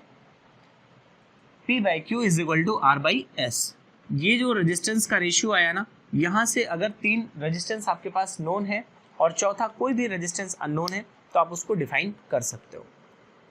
3 रेजिस्टेंस अगर आपके पास नोन है, चौथा कोई भी अननोन है, तो आप रेजिस्टेंस को डिफाइन कर सकते हो, ठीक है। एक कंडीशन और सुन लीजिएगा, ये तभी पॉसिबल है जब आपका ये पूरा का पूरा सर्किट क्या हो, बैलेंस कंडीशन में हो। और बैलेंस कंडीशन क्या होता है ये समझ लीजिएगा। बैलेंस कंडीशन होता है जब इस डायगोनल B और D में कोई भी करंट फ्लो ना करे। डायगोनल B और D में, B और D ये जो गैल्वेनोमीटर लगा हुआ है, इस गैल्वेनोमीटर में जीरो डिफ्लेक्शन हो, जो निडल है ना गैल्वेनोमीटर का, ना इधर टिल्ट हो ना इधर टिल्ट हो, एकदम स्ट्रेट हो, उस कंडीशन को बोलते हैं बैलेंस कंडीशन। बैलेंस कंडीशन मतलब यहाँ का जो पोटेंशियल है और यहाँ का जो पोटेंशियल है, दोनों जगहों के पे पोटेंशियल क्या होना चाहिए, इक्वल होना चाहिए। और पोटेंशियल जब इक्वल हो जाएगा तो करंट का फ्लो नहीं होगा। किसमें, इस डायगोनल में, क्योंकि करंट का फ्लो वहीं होता है जहाँ पे पोटेंशियल डिफरेंस होता है, और यहाँ पे पोटेंशियल डिफरेंस है ही नहीं, तो करंट का फ्लो ED में होगा ही नहीं। इस कंडीशन को बोलते हैं बैलेंस कंडीशन, ठीक है। तो जब ये पूरी की पूरी सर्किट बैलेंस कंडीशन में होगी तो PQ का रेशियो RS के रेशियो के क्या होगा, इक्वल होगा। और कोई भी 3 रेजिस्टेंस अगर आपके पास नोन है तो आप अननोन रेजिस्टेंस को डिफाइन कर सकते हैं। एक कंडीशन और सुन लीजिएगा जो कंपटीशन के लिए इंपॉर्टेंट है, वो ये है, अगर हमने मान लिया ये R की वैल्यू, ठीक है, हमने लेट किया, let if R is greater than QS upon P, R जो है ना वो QS अपॉन P के क्या है, ग्रेटर है। इस R रेजिस्टेंस की जो वैल्यू आ रही है, Q और S का मल्टीप्लाई और P से डिवाइड, इसके क्या है, ग्रेटर है। तो जो करंट का डायरेक्शन होगा वो B से D की तरफ होगा। अगर ऐसा कंडीशन होल्ड हो रहा है तो वेडस्टोन ब्रिज में अगर R की वैल्यू QS अपॉन P से क्या हो रहा है, ग्रेटर है, तो करंट की डायरेक्शन होगी B से D की तरफ, ठीक है। Then the direction of current is, then the direction of current is B to D। जब R ग्रेटर होगा किससे, QS अपॉन P से, तो आपके करंट का डायरेक्शन क्या हो जाएगा, B to D। अगला कंडीशन ये आ सकता है कि R is less than QS upon P, equal हो जाएगा, तब तो कंडीशन वही बैलेंस कंडीशन आ गया। ये इम्बैलेंस की बात कर रहे हैं। जब इम्बैलेंस होगा, बैलेंस तो हो गया तो PQ upon is equal to R upon S, P upon Q is equal to R upon S। ये इम्बैलेंस कंडीशन की बात हो रही है, ये MCQ में पूछा जाता है। इम्बैलेंस कंडीशन पे जब R जो है वो QS अपॉन P से ग्रेटर होगा तो करंट का डायरेक्शन इस डायगोनल में क्या होगा, आप नॉर्मली आंसर मारोगे R is greater than QS upon P, तो direction of current eight diagonal is B to D। But when R is less than QS upon P, second condition अपने पास, when first condition तो I think आपको समझ में आया होगा, और second condition है let if R is less than QS upon P। जब R क्या होगा, लेस देन होगा QS अपॉन P से, उस कंडीशन पे then the direction of current is D to B। जब R छोटा होगा किससे, QS अपॉन P से, तो डायरेक्शन क्या हो जाएगा, D to B हो जाएगा। ये ध्यान रखने वाली चीज़ थी जो व्हीटस्टोन ब्रिज में आपने नहीं पढ़ा है। आपने सिर्फ इतना पढ़ा है कि P upon Q is equal to R upon S, जो आपके क्लास सब्जेक्ट में था और आपने उस चीज़ को पढ़ा है, बहुत अच्छे से पढ़ा होगा मैं उम्मीद करता हूँ। बट थोड़ा सा एक्स्ट्रा नॉलेज जो आपके कंपटीशन में पूछा जा सकता है, ये आसान सी चीज़ें होती हैं जो आपकी पूछी जाती हैं और रेंडमली हम इन चीज़ों को इग्नोर कर देते हैं। तो ये जानना ज़रूरी था कि अगर R जो है वो QS अपॉन P से ग्रेटर है तो क्या होगा, या R की बात नहीं करके अगर S की बात कर ली जाएगी तो PR अपॉन Q की बात कर लेंगे हम।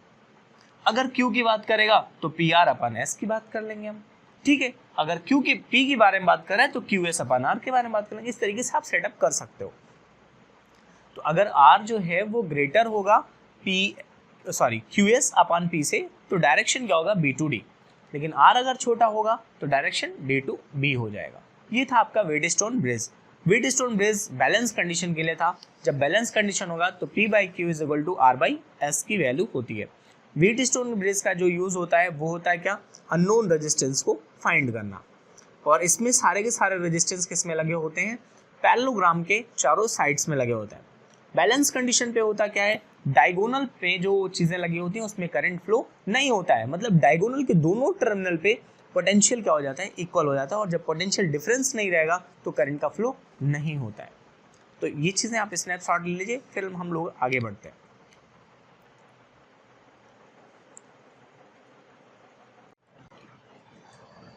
तो आइए दोस्तों, व्हीटस्टोन ब्रिज को स्टडी करने के बाद हम लोग स्टडी करते हैं मीटर ब्रिज की, ठीक है।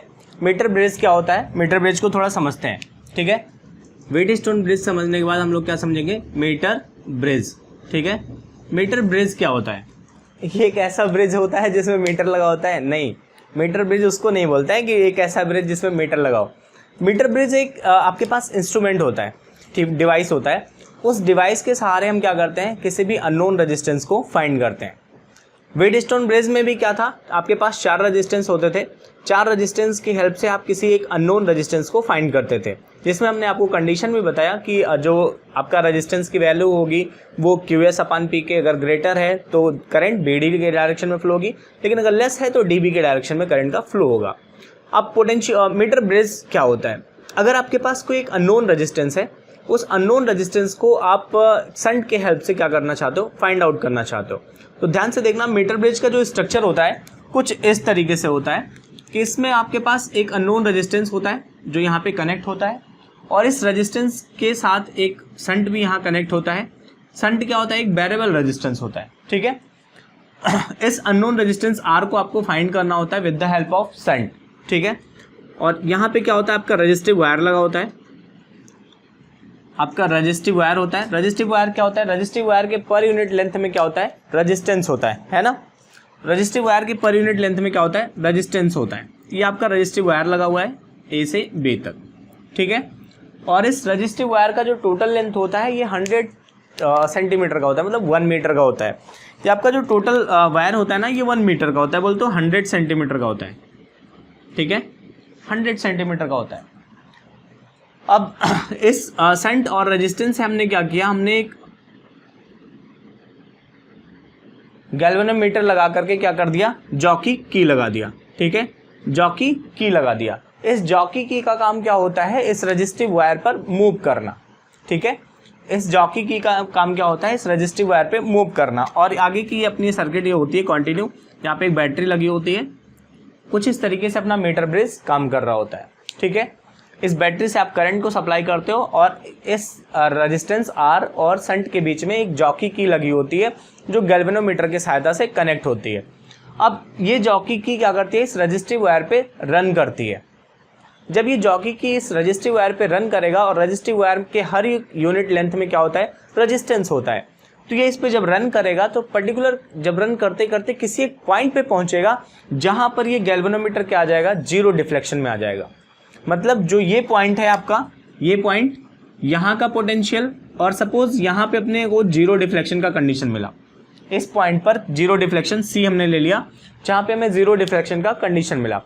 तो जैसे हम रजिस्टिव जॉकी की को ऐसे रजिस्टिव वायर पे रन करवाएंगे ना, जैसे हम पॉइंट C पर पहुंचेंगे, इस गैल्वेनोमीटर में जो डिफ्लेक्शन दिखा रहा था वो डिफ्लेक्शन क्या हो जाएगा, 0 हो जाएगा। मतलब यहाँ का पोटेंशियल और यहाँ का पोटेंशियल अब क्या हो चुका है, इक्वल हो चुका है। और जब पोटेंशियल इक्वल हो गया मतलब there is no potential difference, और जब पोटेंशियल डिफरेंस नहीं होगा तो उस टाइम इस गैल्वेनोमीटर में कोई भी करंट फ्लो नहीं करेगी, और गैल्वेनोमीटर में अगर करंट नहीं गई तो फिर क्या हो गया, बैलेंस कंडीशन हो गया। और बैलेंस कंडीशन मान लिया हमने कितने लेंथ पे मिला है, मुझे एल लेंथ पे मिला हुआ है, ठीक है। तो ये बचा हुआ लेंथ कितना हो जाएगा, 100 माइनस एल, ठीक है। आप यहाँ पे अगर ध्यान से देखो तो आपके पास दो क्लोज लूप बना हुआ है, एक क्लोज लूप ये बना हुआ है और दूसरा क्लोज लूप ये बना हुआ है। तो आप फिर से अपना वही किरचॉफ्स लॉ लगा के, केवीएल लगा करके यहाँ पे फाइंड कर सकते हो। तो यहाँ पे जब फाइंड किया गया ना तो अपने को वैल्यू क्या मिला, R upon L is equal to S upon 100 minus L, ठीक है। यहाँ से आपको जो भी वैल्यू निकालनी है आप आराम से फाइंड आउट कर सकते हो, ठीक है। या आप सीधे वेट स्टोन लगा लो, वेट स्टोन में क्या हो जाएगा, 4 रेजिस्टेंस है, इस वायर का भी रेजिस्टेंस, इस वायर का भी रेजिस्टेंस, और ये भी रेजिस्टेंस, ये भी रेजिस्टेंस, चारों रेजिस्टेंस लगे हुए हैं पैरेललोग्राम के चारों साइड के। ये आप पैरेललोग्राम इसको मान सकते हो थोड़ी देर के लिए। तो ये चारों साइड में लगे हुए हैं 4 रेजिस्टेंस, तो आप वेट स्टोन से डायरेक्ट भी इसकी वैल्यू फाइंड कर सकते हो। क्या, R1 upon R2 is equal to R3 upon R4। तो यहाँ से आप वेट स्टोन से डायरेक्ट वैल्यू रख सकते हो, R upon L is equal to S upon 100 minus L। देखिए इस वायर की टोटल लेंथ तो आपको पता होगी या गिवन होगी कि कितने मीटर कितने सेंटीमीटर का वायर है आपका, साथ ही साथ ये बैलेंस लेंथ भी दी जाएगी। या हो सकता है बैलेंस लेंथ आपको फाइंड करना हो, ये रेजिस्टेंस दे दिया जाए तो इसमें से कोई भी दो क्वांटिटी आपके पास नोन रहेगी, तीसरी अननोन रहेगी। तो दो क्वांटिटी अगर आपके पास R और S दे दिया गया तो आप L भी निकाल सकते हो कि बैलेंस लेंथ कितना आएगा फ्रॉम A से। और आप S की वैल्यू अगर निकालना चाहो तो S की वैल्यू या R की वैल्यू जो भी आपको निकालने के लिए कहा जाएगा इस मीटर ब्रिज की हेल्प से आप फाइंड कर सकते हो। डन है। तो मीटर ब्रिज स्पेशली है क्या, मीटर ब्रिज एक इंस्ट्रूमेंट है, ठीक है। ये क्या है, इंस्ट्रूमेंट है, इंस्ट्रूमेंट है, ठीक है। और इस मीटर ब्रिज इंस्ट्रूमेंट में होता क्या है, हम इससे अननोन रेजिस्टेंस को फाइंड आउट करते हैं। इस इंस्ट्रूमेंट का यूज क्या होता है, टू फाइंड अननोन रेजिस्टेंस, ठीक है, अननोन रेजिस्टेंस, ठीक है। मीटर ब्रिज से हम अननोन रेजिस्टेंस को क्या करते हैं, फाइंड करते हैं। व्हीट स्टोन ब्रिज का भी काम यही था, अननोन रेजिस्टेंस को फाइंड आउट करना। फिर दोनों की जरूरत क्यों पड़ी, अगर व्हीट स्टोन ब्रिज जो था वो अननोन रेजिस्टेंस को फाइंड कर रहा था तो फिर मीटर ब्रिज की जरूरत क्यों पड़ी। मीटर ब्रिज की जरूरत इसलिए पड़ी क्योंकि व्हीट स्टोन ब्रिज के लिए हमारे पास कंडीशन है कि 4 रेजिस्टेंस होने चाहिए, लेकिन यहाँ पे क्या है ना, आप संट की हेल्प से भी निकाल सकते हो। यहाँ पे आप अननोन रेजिस्टेंस को संट के हेल्प से भी क्या कर सकते हो, फाइंड कर सकते हो। इसलिए हमने मीटर ब्रिज की स्टडी करी, ठीक है। तो अब हम लोग बात करते हैं पोटेंशियोमीटर की और उसके बाद गैल्वेनोमीटर, फिर आपका चैप्टर डन हो जाता है, ठीक है। तो इसका आप स्नैपशॉट लीजिए, उसके बाद हम लोग पढ़ते हैं पोटेंशियोमीटर।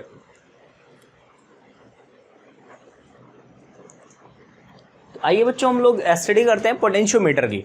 देखिए अपने पास वोल्ट मीटर एक ऐसा डिवाइस है जिसका काम होता है वोल्टेज को मेजर करना। वोल्टेज को मेजर करने के लिए अपने पास डिवाइस क्या था, वोल्ट मीटर था। फिर पोटेंशियोमीटर की जरूरत क्यों पड़ी। पोटेंशियोमीटर एक ऐसा डिवाइस होता है जो एग्जैक्ट ईएमएफ को मेजर करता है। किसी भी सेल या किसी भी बैटरी के एग्जैक्ट ईएमएफ को मेजर करने के लिए हमें किसकी जरूरत पड़ती है, पोटेंशियोमीटर की जरूरत पड़ती है। बाकी वोल्ट मीटर जो था वो भी मेजर करता था, लेकिन वोल्ट मीटर से एक्यूरेसी नहीं आती थी, एग्जैक्ट 100% की एक्यूरेसी नहीं आती थी। उसमें थोड़ा बहुत करंट का लॉस हो जाता था जिसकी वजह से पोटेंशियल लॉस हो जाता था, ठीक है। उसमें थोड़ा सा पोटेंशियल का लॉस हो जाता था। पोटेंशियल लॉस होने की वजह से एक्यूरेसी एग्जैक्ट वैल्यू नहीं देता था वोल्ट मीटर। लेकिन पोटेंशियोमीटर क्या करता है, ये एग्जैक्ट वैल्यू को देता है, ठीक है। पोटेंशियोमीटर का थोड़ा सा कंस्ट्रक्शन समझ लेते हैं। पोटेंशियोमीटर में होता क्या है, आपके पास एक बैटरी लगी होती है और उस बैटरी का अपना ईएमएफ होता है E, ठीक है। और उस बैटरी के साथ साथ उसका एक इंटरनल रेजिस्टेंस भी होगा और साथ ही साथ उसका एक रेजिस्टिव बॉक्स भी लगा होता है जिसमें आपको जितनी ज़रूरत हो उतना आप रेजिस्टेंस निकाल करके यूज कर सकते हैं। ये आपके पास रेजिस्टिव बॉक्स है और साथ ही साथ इसको किससे जोड़ा जाता है, एक रेजिस्टिव वायर से जोड़ा जाता है। ये आपका रेजिस्टिव वायर यहाँ पे कनेक्ट होता है और इस रेजिस्टिव वायर की हेल्प से क्या करा जाता है, फिर हम पोटेंशियल को या ईएमएफ को किसी भी सेल के मेजर करते हैं, ठीक है। तो ये आपका बेसिक सा स्ट्रक्चर रहा किस चीज़ के लिए, पोटेंशियोमीटर के लिए, जिसमें आपके पास एक बैटरी लगी हुई है और इसके साथ एक इंटरनल रेजिस्टेंस स्मॉल आर लगा हुआ है, साथ ही साथ आपका कैपिटल आर लगा हुआ है इस टोटल रेजिस्टेंस बॉक्स का रेजिस्टेंस। क्योंकि देखिए होता क्या है सर्किट में, जब हमारे पास करंट ज़्यादा आने लगती है, पोटेंशियल ज़्यादा आने लगता है, तो उस समय हमें रेजिस्टेंस को बढ़ाना होता है। तो बढ़ाने घटाने के लिए हमने रेजिस्टेंस बॉक्स लगा रखा है, जो अपनी आवश्यकता अनुसार हम वहाँ से रेजिस्टेंस यूज़ करेंगे। और अपने पास एक रेजिस्टिव वायर भी होता है। और बेसिकली जो हमें सर्किट डायग्राम यूज करना होता है वो इतना ही पार्ट यूज करना होता है, इतना पार्ट क्या करना होता है, यूज करना होता है। जिस भी सर्किट का मुझे पोटेंशियल फाइंड करना है या जिस भी सेल का मुझे पोटेंशियल फाइंड करना है, उस सेल को हम ला करके यहाँ से क्या कर देंगे, कनेक्ट कर देंगे। उस सेल के पॉजिटिव टर्मिनल को तो हम इस यहाँ टर्मिनल ए से कनेक्ट करेंगे। ध्यान से सुनना बच्चे, जिस भी सेल का मुझे ईएमएफ फाइंड करना है उस सेल के पॉजिटिव टर्मिनल को हम यहाँ से कनेक्ट करेंगे और उसके नेगेटिव टर्मिनल को क्या करेंगे, एक गैल्वेनोमीटर की हेल्प से, जॉकी की हेल्प से इस रेजिस्टिव वायर पे कनेक्ट कर देंगे। ये अपने पास सेल है जिसका ईएमएफ क्या है, E1 है। ठीक है, इसी सेल का ईएमएफ मुझे फाइंड आउट करना है। तो जिस भी सेल का ईएमएफ आपको फाइंड करना है उस सेल के पॉजिटिव को आप किससे कनेक्ट करोगे, ए से, और नेगेटिव टर्मिनल को एक गैल्वेनोमीटर लगा करके जॉकी की हेल्प से आप कहाँ ले जाओगे, रेजिस्टिव वायर पे ले जाओगे। डन है। अब मान लिया आपके पास एक से ज़्यादा सेल हो गए, 2 हो गए, 3 हो गए, 4 हो गए, सबके साथ यही प्रोसेस, क्योंकि पैरेलल कम्बिनेशन में पोटेंशियल हर जगह इक्वल होगा। तो आप पैरेलल कम्बिनेशन में क्या करोगे, दूसरा वायर ले जाओगे और दूसरे बैटरी के पॉजिटिव को इससे और नेगेटिव को इससे, फिर आप गैल्वेनोमीटर को यहाँ लगाओगे और फिर जॉकी की हेल्प से आप इसको ले जाकर यहाँ कर दोगे। सपोज थोड़ी देर के लिए कि अपने पास जो इसका बैलेंसिंग पॉइंट आया वो कितना आया, L लेंथ आया L1, और इसके लिए जो बैलेंसिंग लेंथ आया वो कितना आया, L2 आ गया सेकेंड वाले के लिए। ठीक है, ये दोनों के लिए बैलेंसिंग लेंथ आया, फर्स्ट वाले के लिए L1 और सेकेंड वाले के लिए L2 आया। ठीक है, तो जो पोटेंशियल होता है ना, वो पोटेंशियल डायरेक्टली प्रोपोर्शनल होता है किसके, लेंथ के। पोटेंशियल डायरेक्टली प्रोपोर्शनल होता है किसके, लेंथ के। डन है। और अब प्रोपोर्शनलिटी आप हटाते हो तो क्या लगाते हो, कांस्टेंट लगाते हो। हमने प्रोपोर्शनलिटी हटाया और एक कांस्टेंट लगाया कैपिटल के। ठीक है, और इस कैपिटल के को बोलते हैं पोटेंशियल ग्रेडियंट। कैपिटल को के को क्या बोलेंगे, पोटेंशियल ग्रेडियंट। ठीक है, पोटेंशियल ग्रेडियंट बोलते हैं। ठीक है, क्योंकि के की वैल्यू क्या हो जाएगी, V/L, और जब आप किसी भी क्वांटिटी को L से डिवाइड करते हो तो वो उसका ग्रेडियंट बना देता है।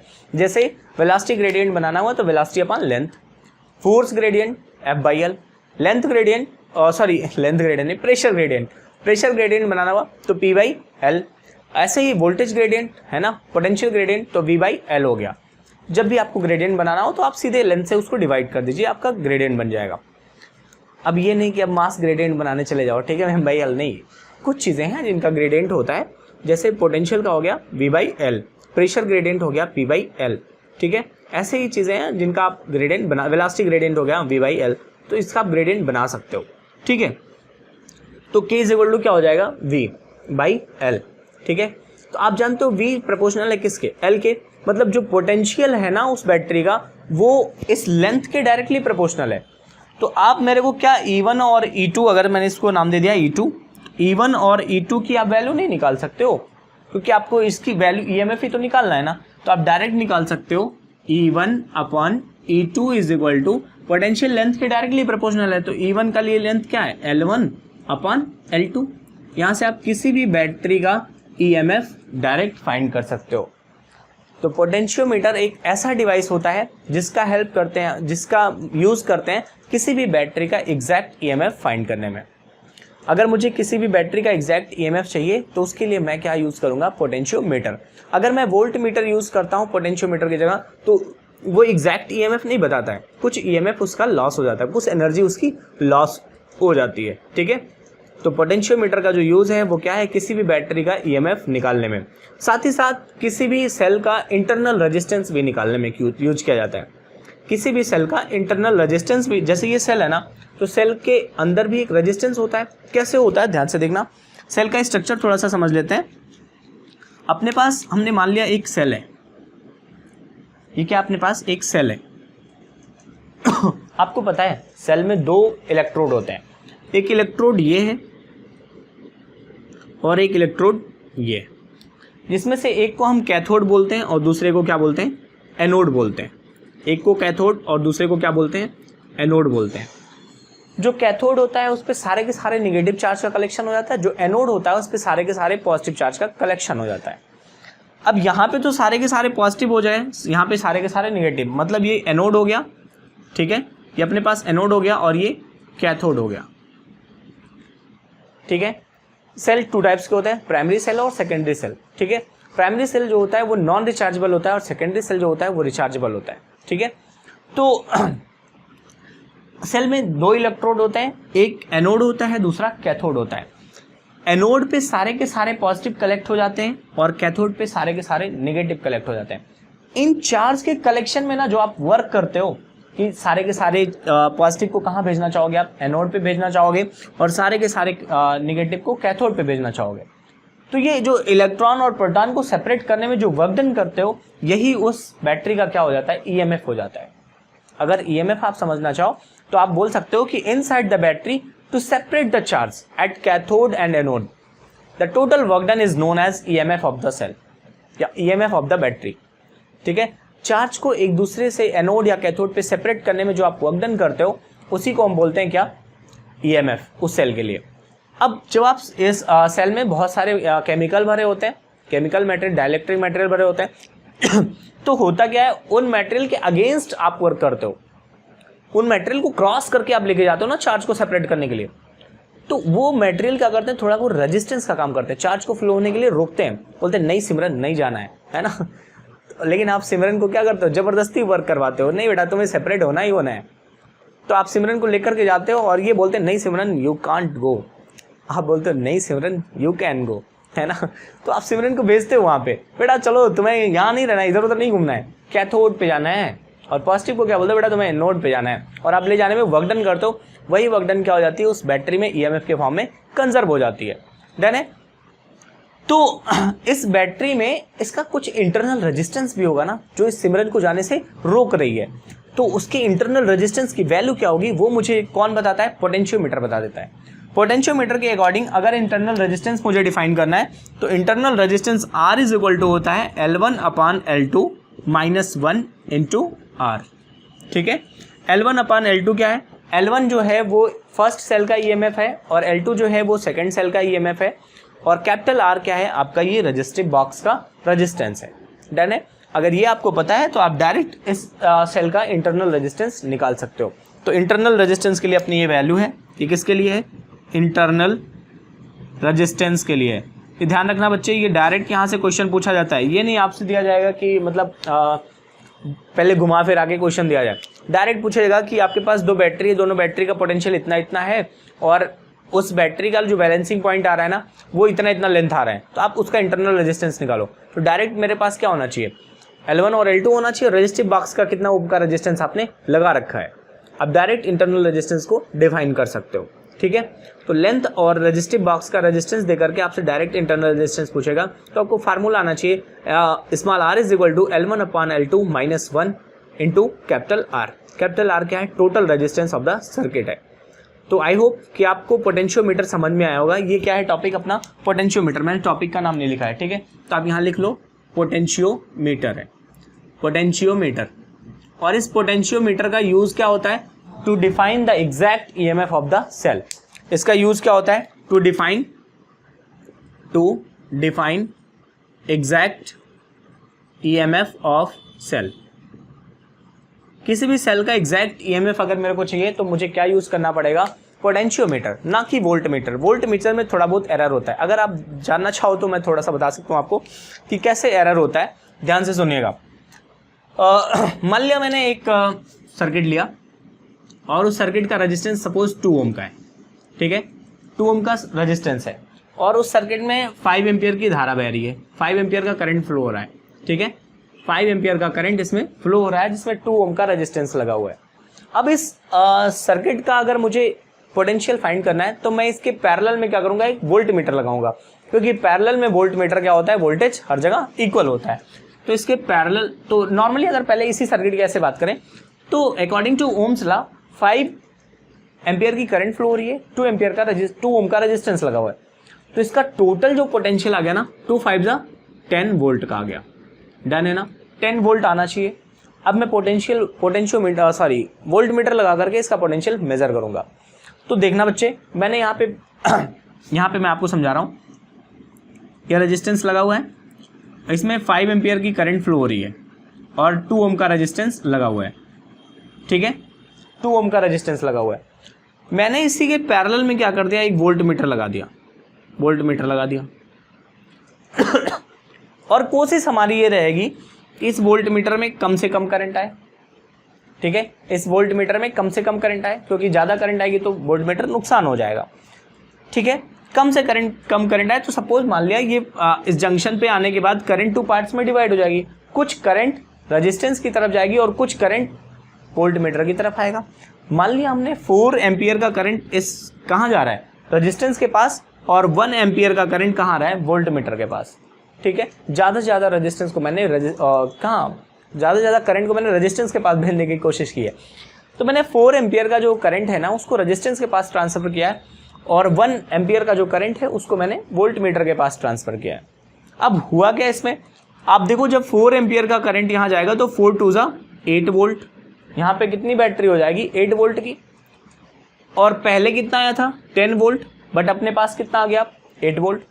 थोड़ी देर के लिए आप बोलो कि नहीं सर 4 नहीं, यहाँ पे 4.9 जाए और यहाँ पे 0.1 जाए, तो भी बेटा कुछ ना कुछ तो लॉस हुआ ना। अगर आप 4.9 बोल रहे हो तो 4.9 इंटू 2 करोगे, है ना, और कितना हो जाएगा 98 होगा ना। और ऐसे में क्या जा रहा है 100 जा रहा है, 0.98 जा रहा है ना, 0.98 वोल्टेज, और यहाँ पे क्या आ रहा है 10 वोल्टेज, तो भी आपका 0.2 वोल्टेज का क्या हो गया, लॉस हो गया। इस लॉस को पोटेंशियोमीटर कंप्लीट करता है। पोटेंशियोमीटर उस एग्जैक्ट 10 वोल्टेज के वोल्टेज को रिप्रेजेंट करता है, कभी भी ये लॉस नहीं करता है। इसीलिए हमें वोल्ट मीटर के बाद पोटेंशियोमीटर की ज़रूरत पड़ी to define the exact EMF of the voltage battery. और अगर मेरे पास एक से ज़्यादा बैटरी हो गई तो मैंने क्या किया, उन सारी बैटरी का रेशियो उनके लेंथ के, बैलेंसिंग लेंथ के क्या होता है, रेशियो के इक्वल होता है। मतलब जो आपका वोल्टेज है या ईएमएफ है वो लेंथ के डायरेक्टली प्रोपोर्शनल है, ठीक है। आई होप आपको पोटेंशियोमीटर समझ में आया होगा, और पोटेंशियोमीटर से रिलेटेड ज़्यादा से ज़्यादा आप न्यूमेरिकल प्रैक्टिस कीजिएगा, क्योंकि आपको जितनी पॉसिबिलिटी है तो मैं करवाऊंगा, ठीक है। पॉसिबिलिटी जितनी बन सकती है उस टाइप के क्वेश्चन की वो मैं आपको करवाऊंगा, लेकिन उससे ज़्यादा अगर आपको प्रैक्टिस करनी है तो आपको प्रैक्टिस सेट सॉल्व करनी है, और करनी भी चाहिए, क्योंकि आप जब तक प्रैक्टिस नहीं करोगे तब तक चीज़ें आपके माइंड में घर नहीं करेंगी, ठीक है। तो आई होप कि आप ये समझ में आया होगा। अब हम लोग बात करते हैं गैल्वेनोमीटर की। आप इसका स्नैपशॉट ले लीजिए, फिर हम गैल्वेनोमीटर से स्टार्ट करते हैं।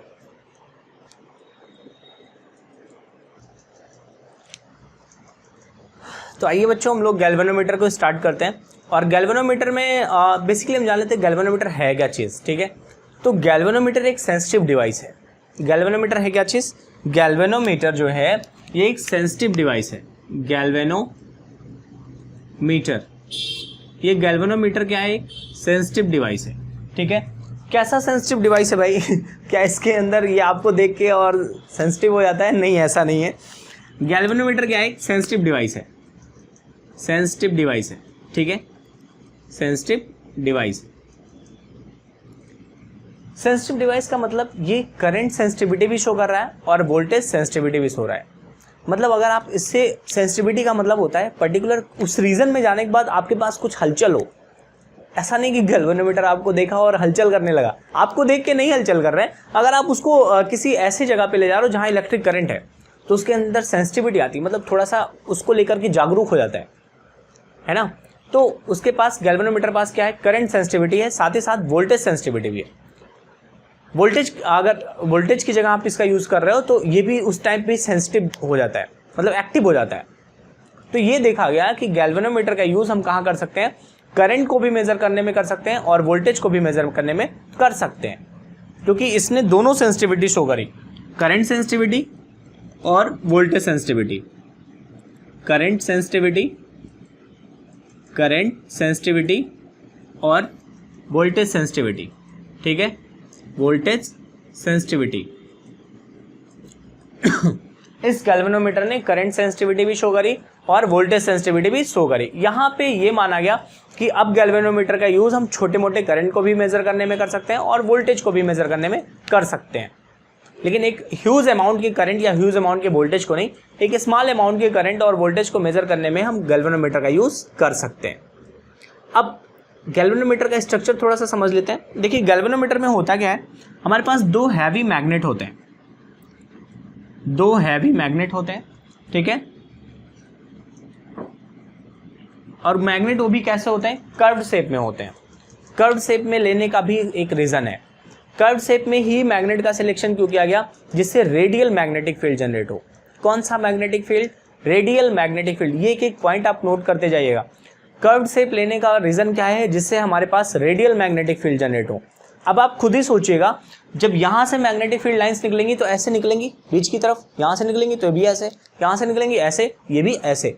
तो ये सारी की सारी मैग्नेटिक फील्ड लाइंस किसी एक पॉइंट पर मिलती हुई में, ये सारी की सारी मैग्नेटिक फील्ड कहाँ मिलेंगी, इसी एक पॉइंट पर मिलेंगी। अगर हम ऐसे प्लेन ले लेते तब ये वाला ऐसे निकल जाता, ये इधर निकल जाता, तो ये आपस में मिलती उलती नहीं। इसीलिए इनको क्या कर रखा गया, रेडियल रखा गया, जिससे ये सारी की सारी मैग्नेटिक फील्ड लाइंस किसी एक पॉइंट पर फोकस हो जाए। आप खुद ही सोचो, देखो यहाँ से जब मैग्नेटिक फील्ड लाइंस निकलेंगी तो ये इस डायरेक्शन में निकलेंगी, और ये वाली इस डायरेक्शन में, ये इस डायरेक्शन में। और यहाँ से जो यहाँ से अगर एग्जिट कर रही है, ये नॉर्थ पोल अगर हमने लिया तो ये साउथ पोल होगा। तो यहाँ पे क्या करेगा, वो एंटर करेगा ना इस डायरेक्शन में, और यहाँ पे इस डायरेक्शन में। तो ये सारी की सारी मैग्नेटिक फील्ड लाइंस क्या होंगी, किसी एक पॉइंट से होकर के जाएंगी, क्योंकि ये रेडियल है। आप ऐसे सोचो कि आपके पास ये कर्व शेप है, यहाँ से जो चीज़ निकलेगी वो यहाँ आएगी, यहाँ से निकलेगी यहाँ, यहाँ से यहाँ। तो ये सेंटर जो बन रहा है अपना ना, ये सेंटर, इस सेंटर पे ये सारी की सारी पॉइंट्स क्या हो रही हैं, एक साथ मिल रही हैं। तो मैग्नेटिक फील्ड लाइंस का ज़्यादा से ज़्यादा यूज हो सकेगा, क्योंकि वो एक पॉइंट पे मिल जाएंगी। और बीच में होता क्या है, बीच में एक सॉफ्ट आयरन कोर का मटेरियल रखा होता है। किसका रखा होता है, सॉफ्ट आयरन कोर का एक मटेरियल रखा होता है, ठीक है। किस चीज़ का है ये, सॉफ्ट आयरन कोर का है, ठीक है।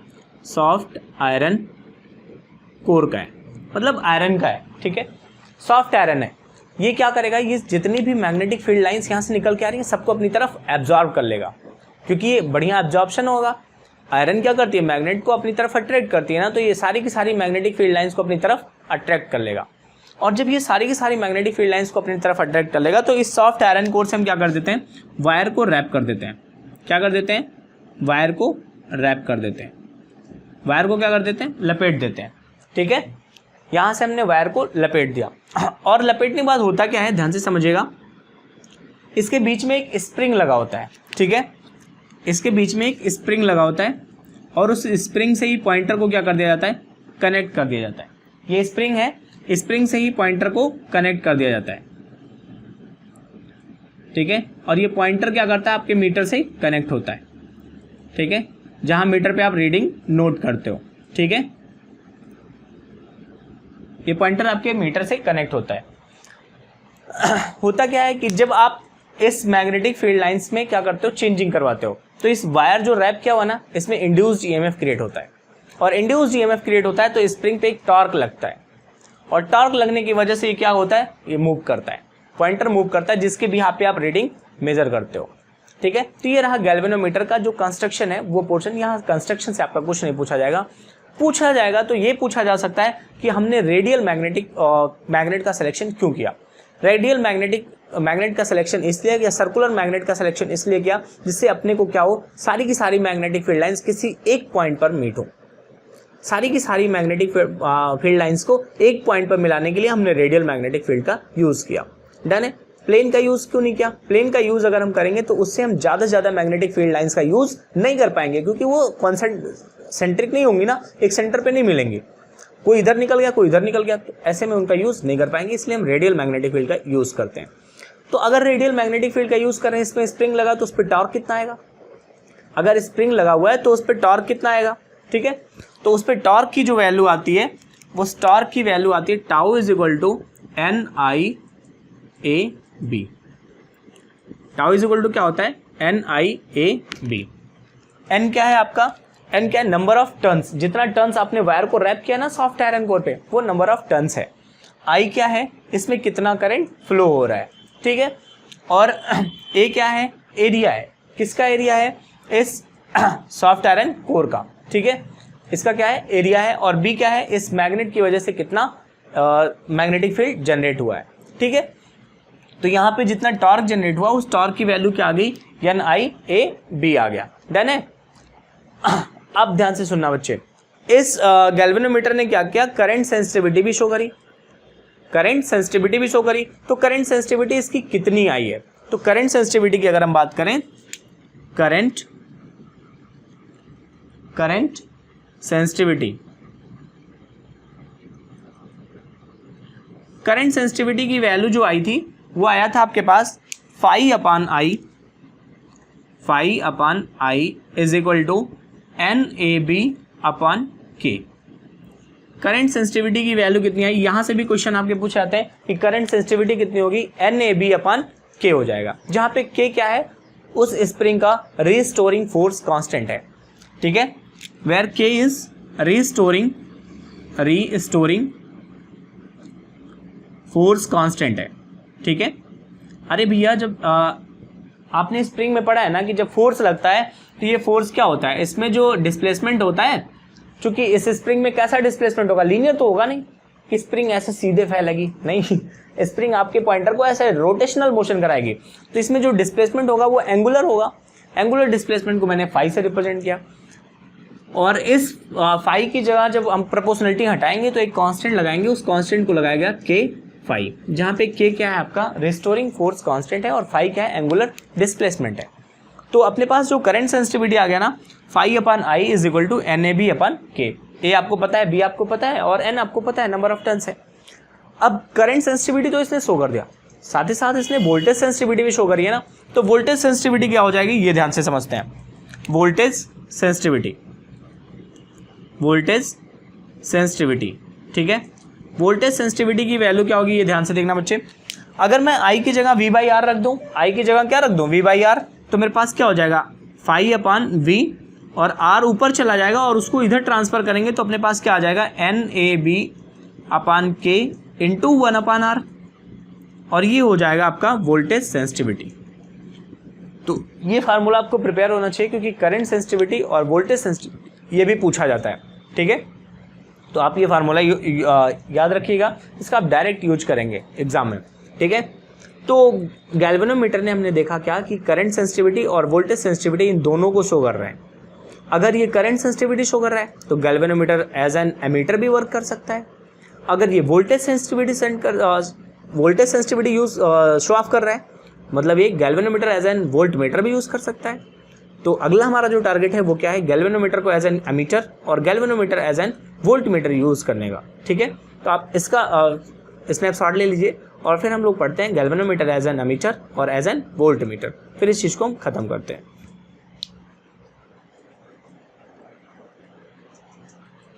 आइए दोस्तों हम लोग बात करते हैं सबसे पहले गैल्वेनोमीटर एज एन एमीटर की, ठीक है। गैल्वेनोमीटर, ठीक है। गैल्वेनोमीटर में सबसे पहले हम यूज क्या करेंगे, इसको एज एन एमीटर, ठीक है। पहला इसका यूज क्या यूज करेंगे, एमीटर की तरह, मतलब ये करंट को मेजर करेगा, ठीक है। गैल्वेनोमीटर किसको मेजर करेगा, करंट को मेजर करेगा। तो ध्यान से समझिएगा, सर्किट थोड़ा समझ लेते हैं। अपने पास एक वोल्टेज है और यहाँ सामने मैंने गैल्वेनोमीटर लगा रखा है और यहाँ एक रेजिस्टेंस लगा दिया है, ठीक है। सपोज R रेजिस्टेंस मैंने लगा रखा है, ठीक है। और गैल्वेनोमीटर को मुझे एज एन एमीटर यूज करना है, तो एमीटर यूज करने के लिए क्या करेंगे, हम इस गैल्वेनोमीटर के पैरेलल में क्या करेंगे, एक शंट लगा देंगे।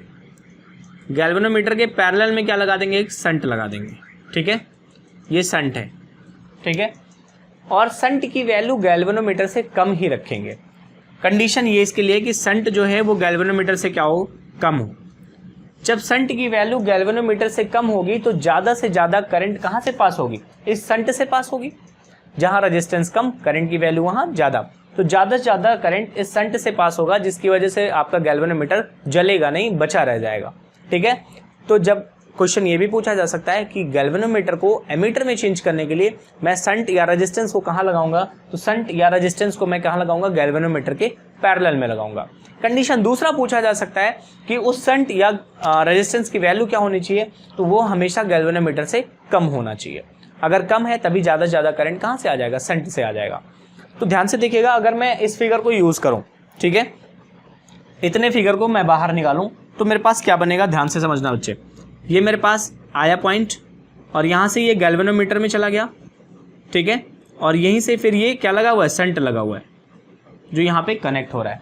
अब थोड़ी देर के लिए समझना, यहाँ से I करंट आ रहा है और ये करंट क्या हो जा रहा है, दो पार्ट्स में, ये शंट है आपका, ठीक है, दो पार्ट में डिवाइड हो जा रहा है। एक यहाँ पे गैल्वेनोमीटर में IG करंट चला गया और शंट में कौन सा करंट चलाया, IS करंट चलाया। हमने लेट कर लिया, गैल्वेनोमीटर में IG करंट गया है और शंट में कौन सा करंट गया है, IS करंट गया है।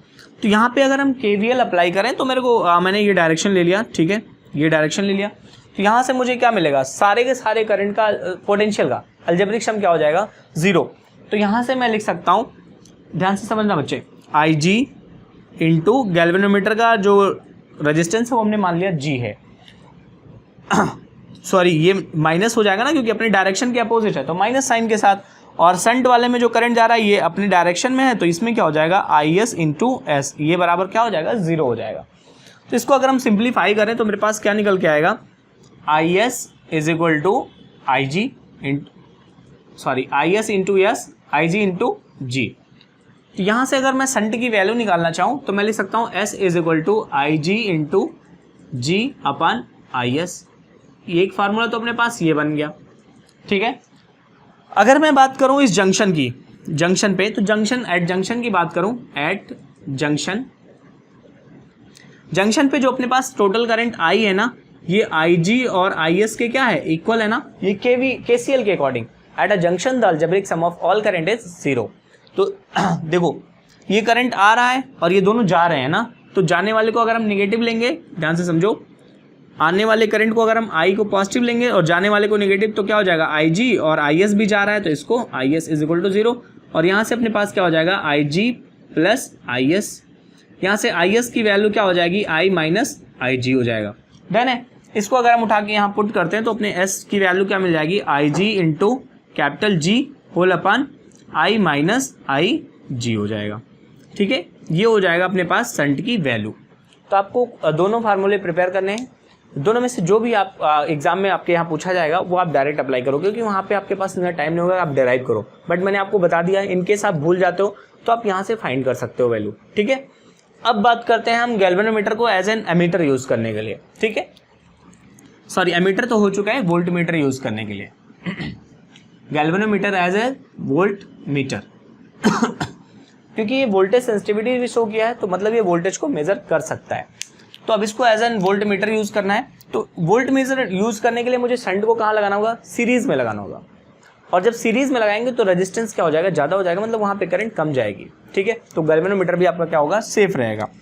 तो ध्यान से समझिएगा, ये अपने पास एक बैटरी है,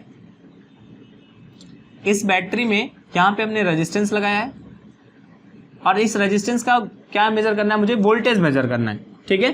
तो इसके पैरेलल में क्या लगाएंगे, गैल्वेनोमीटर, और गैल्वेनोमीटर लगा के इसका हम क्या निकालना चाहेंगे, वोल्टेज निकालना चाहेंगे, क्योंकि पैरेलल कॉम्बिनेशन में वोल्टेज क्या होता है, सेम होता है। अब मैं चाहूँगा इस गैल्वेनोमीटर में कम से कम करंट आए, तो मैं इस गैल्वेनोमीटर के सीरीज में क्या लगा दूंगा, ध्यान से सुनना, और इस रेजिस्टेंस को थोड़ी देर के लिए इग्नोर करते हैं, ठीक है। ये बैटरी अपने पास है और बैटरी के बाद यहाँ पे जो गैल्वेनोमीटर लगा हुआ है, इस गैल्वेनोमीटर के सीरीज में हम लगा देंगे एक शंट, ठीक है, एक शंट लगा देंगे। और शंट कोशिश ये रहे कि गैल्वेनोमीटर से क्या रहे, ग्रेटर रहे। गैल्वेनोमीटर से जब ग्रेटर रहेगा तो ज़्यादा से ज़्यादा करंट कहाँ जाएगा, शंट में आ जाएगा, ठीक है। अब ध्यान से सुनना बच्चे, यहाँ पे हमारा टोटल वोल्टेज क्या लगा हुआ है, V लगा हुआ है। ये गैल्वेनोमीटर है जिसमें IG करंट जा रहा है, और यही IG करंट ही किस में जा रहा है, शंट में भी जा रहा है, ठीक है। तो यहाँ पे अगर आप KVL अप्लाई करना चाहो तो ये क्या हो जाएगा, मान लिया ये डायरेक्शन हमने सेलेक्ट किया, ठीक है। अपनी डायरेक्शन में बैटरी का नेगेटिव टर्मिनल तो -V, और इसमें करंट का डायरेक्शन क्या है, सेम है, तो positive IG into G plus IG into S is equal to 0। यहाँ से अगर हम सिंप्लीफाई करना चाहें तो ये V उधर ट्रांसफर करेंगे तो V हो जाएगा -IG into G upon S is equal to क्या मिल जाएगा अपने आप, सॉरी अपान IG मैंने कर दिया और मेरे को क्या मिल जाएगा, शंट की वैल्यू मिल जाएगी। यहाँ से आप शंट की वैल्यू को डायरेक्ट कैलकुलेट कर सकते हो, ठीक है। गैल्वेनोमीटर में क्या करते हैं, जब हम गैल्वेनोमीटर को as a voltmeter use करते हैं तो वोल्ट मीटर बनाने के लिए गैल्वेनोमीटर के सीरीज में क्या करते हैं, एक शंट लगाते हैं। ध्यान रखना, सीरीज में क्या करते हैं, शंट लगाते हैं। लेकिन गैल्वेनोमीटर को अगर एज अ एमीटर यूज करना है तो मैं उसके पैरेलल में क्या करता हूँ, शंट लगाता हूँ, ठीक है। और जब सीरीज में शंट को लगाएंगे तो शंट की वैल्यू क्या आ जाएगी, V माइनस IG अपान IG। और अगर मैं गैल्वेनोमीटर को एज अ एमीटर यूज़ कर रहा हूँ तो मुझे शंट की वैल्यू क्या मिल जाएगी, आई जी इंटू जी अपन आई माइनस आई जी आ जाएगा। ठीक है, तो ये रहा अपने पास कुछ शंट निकालने की वैल्यू।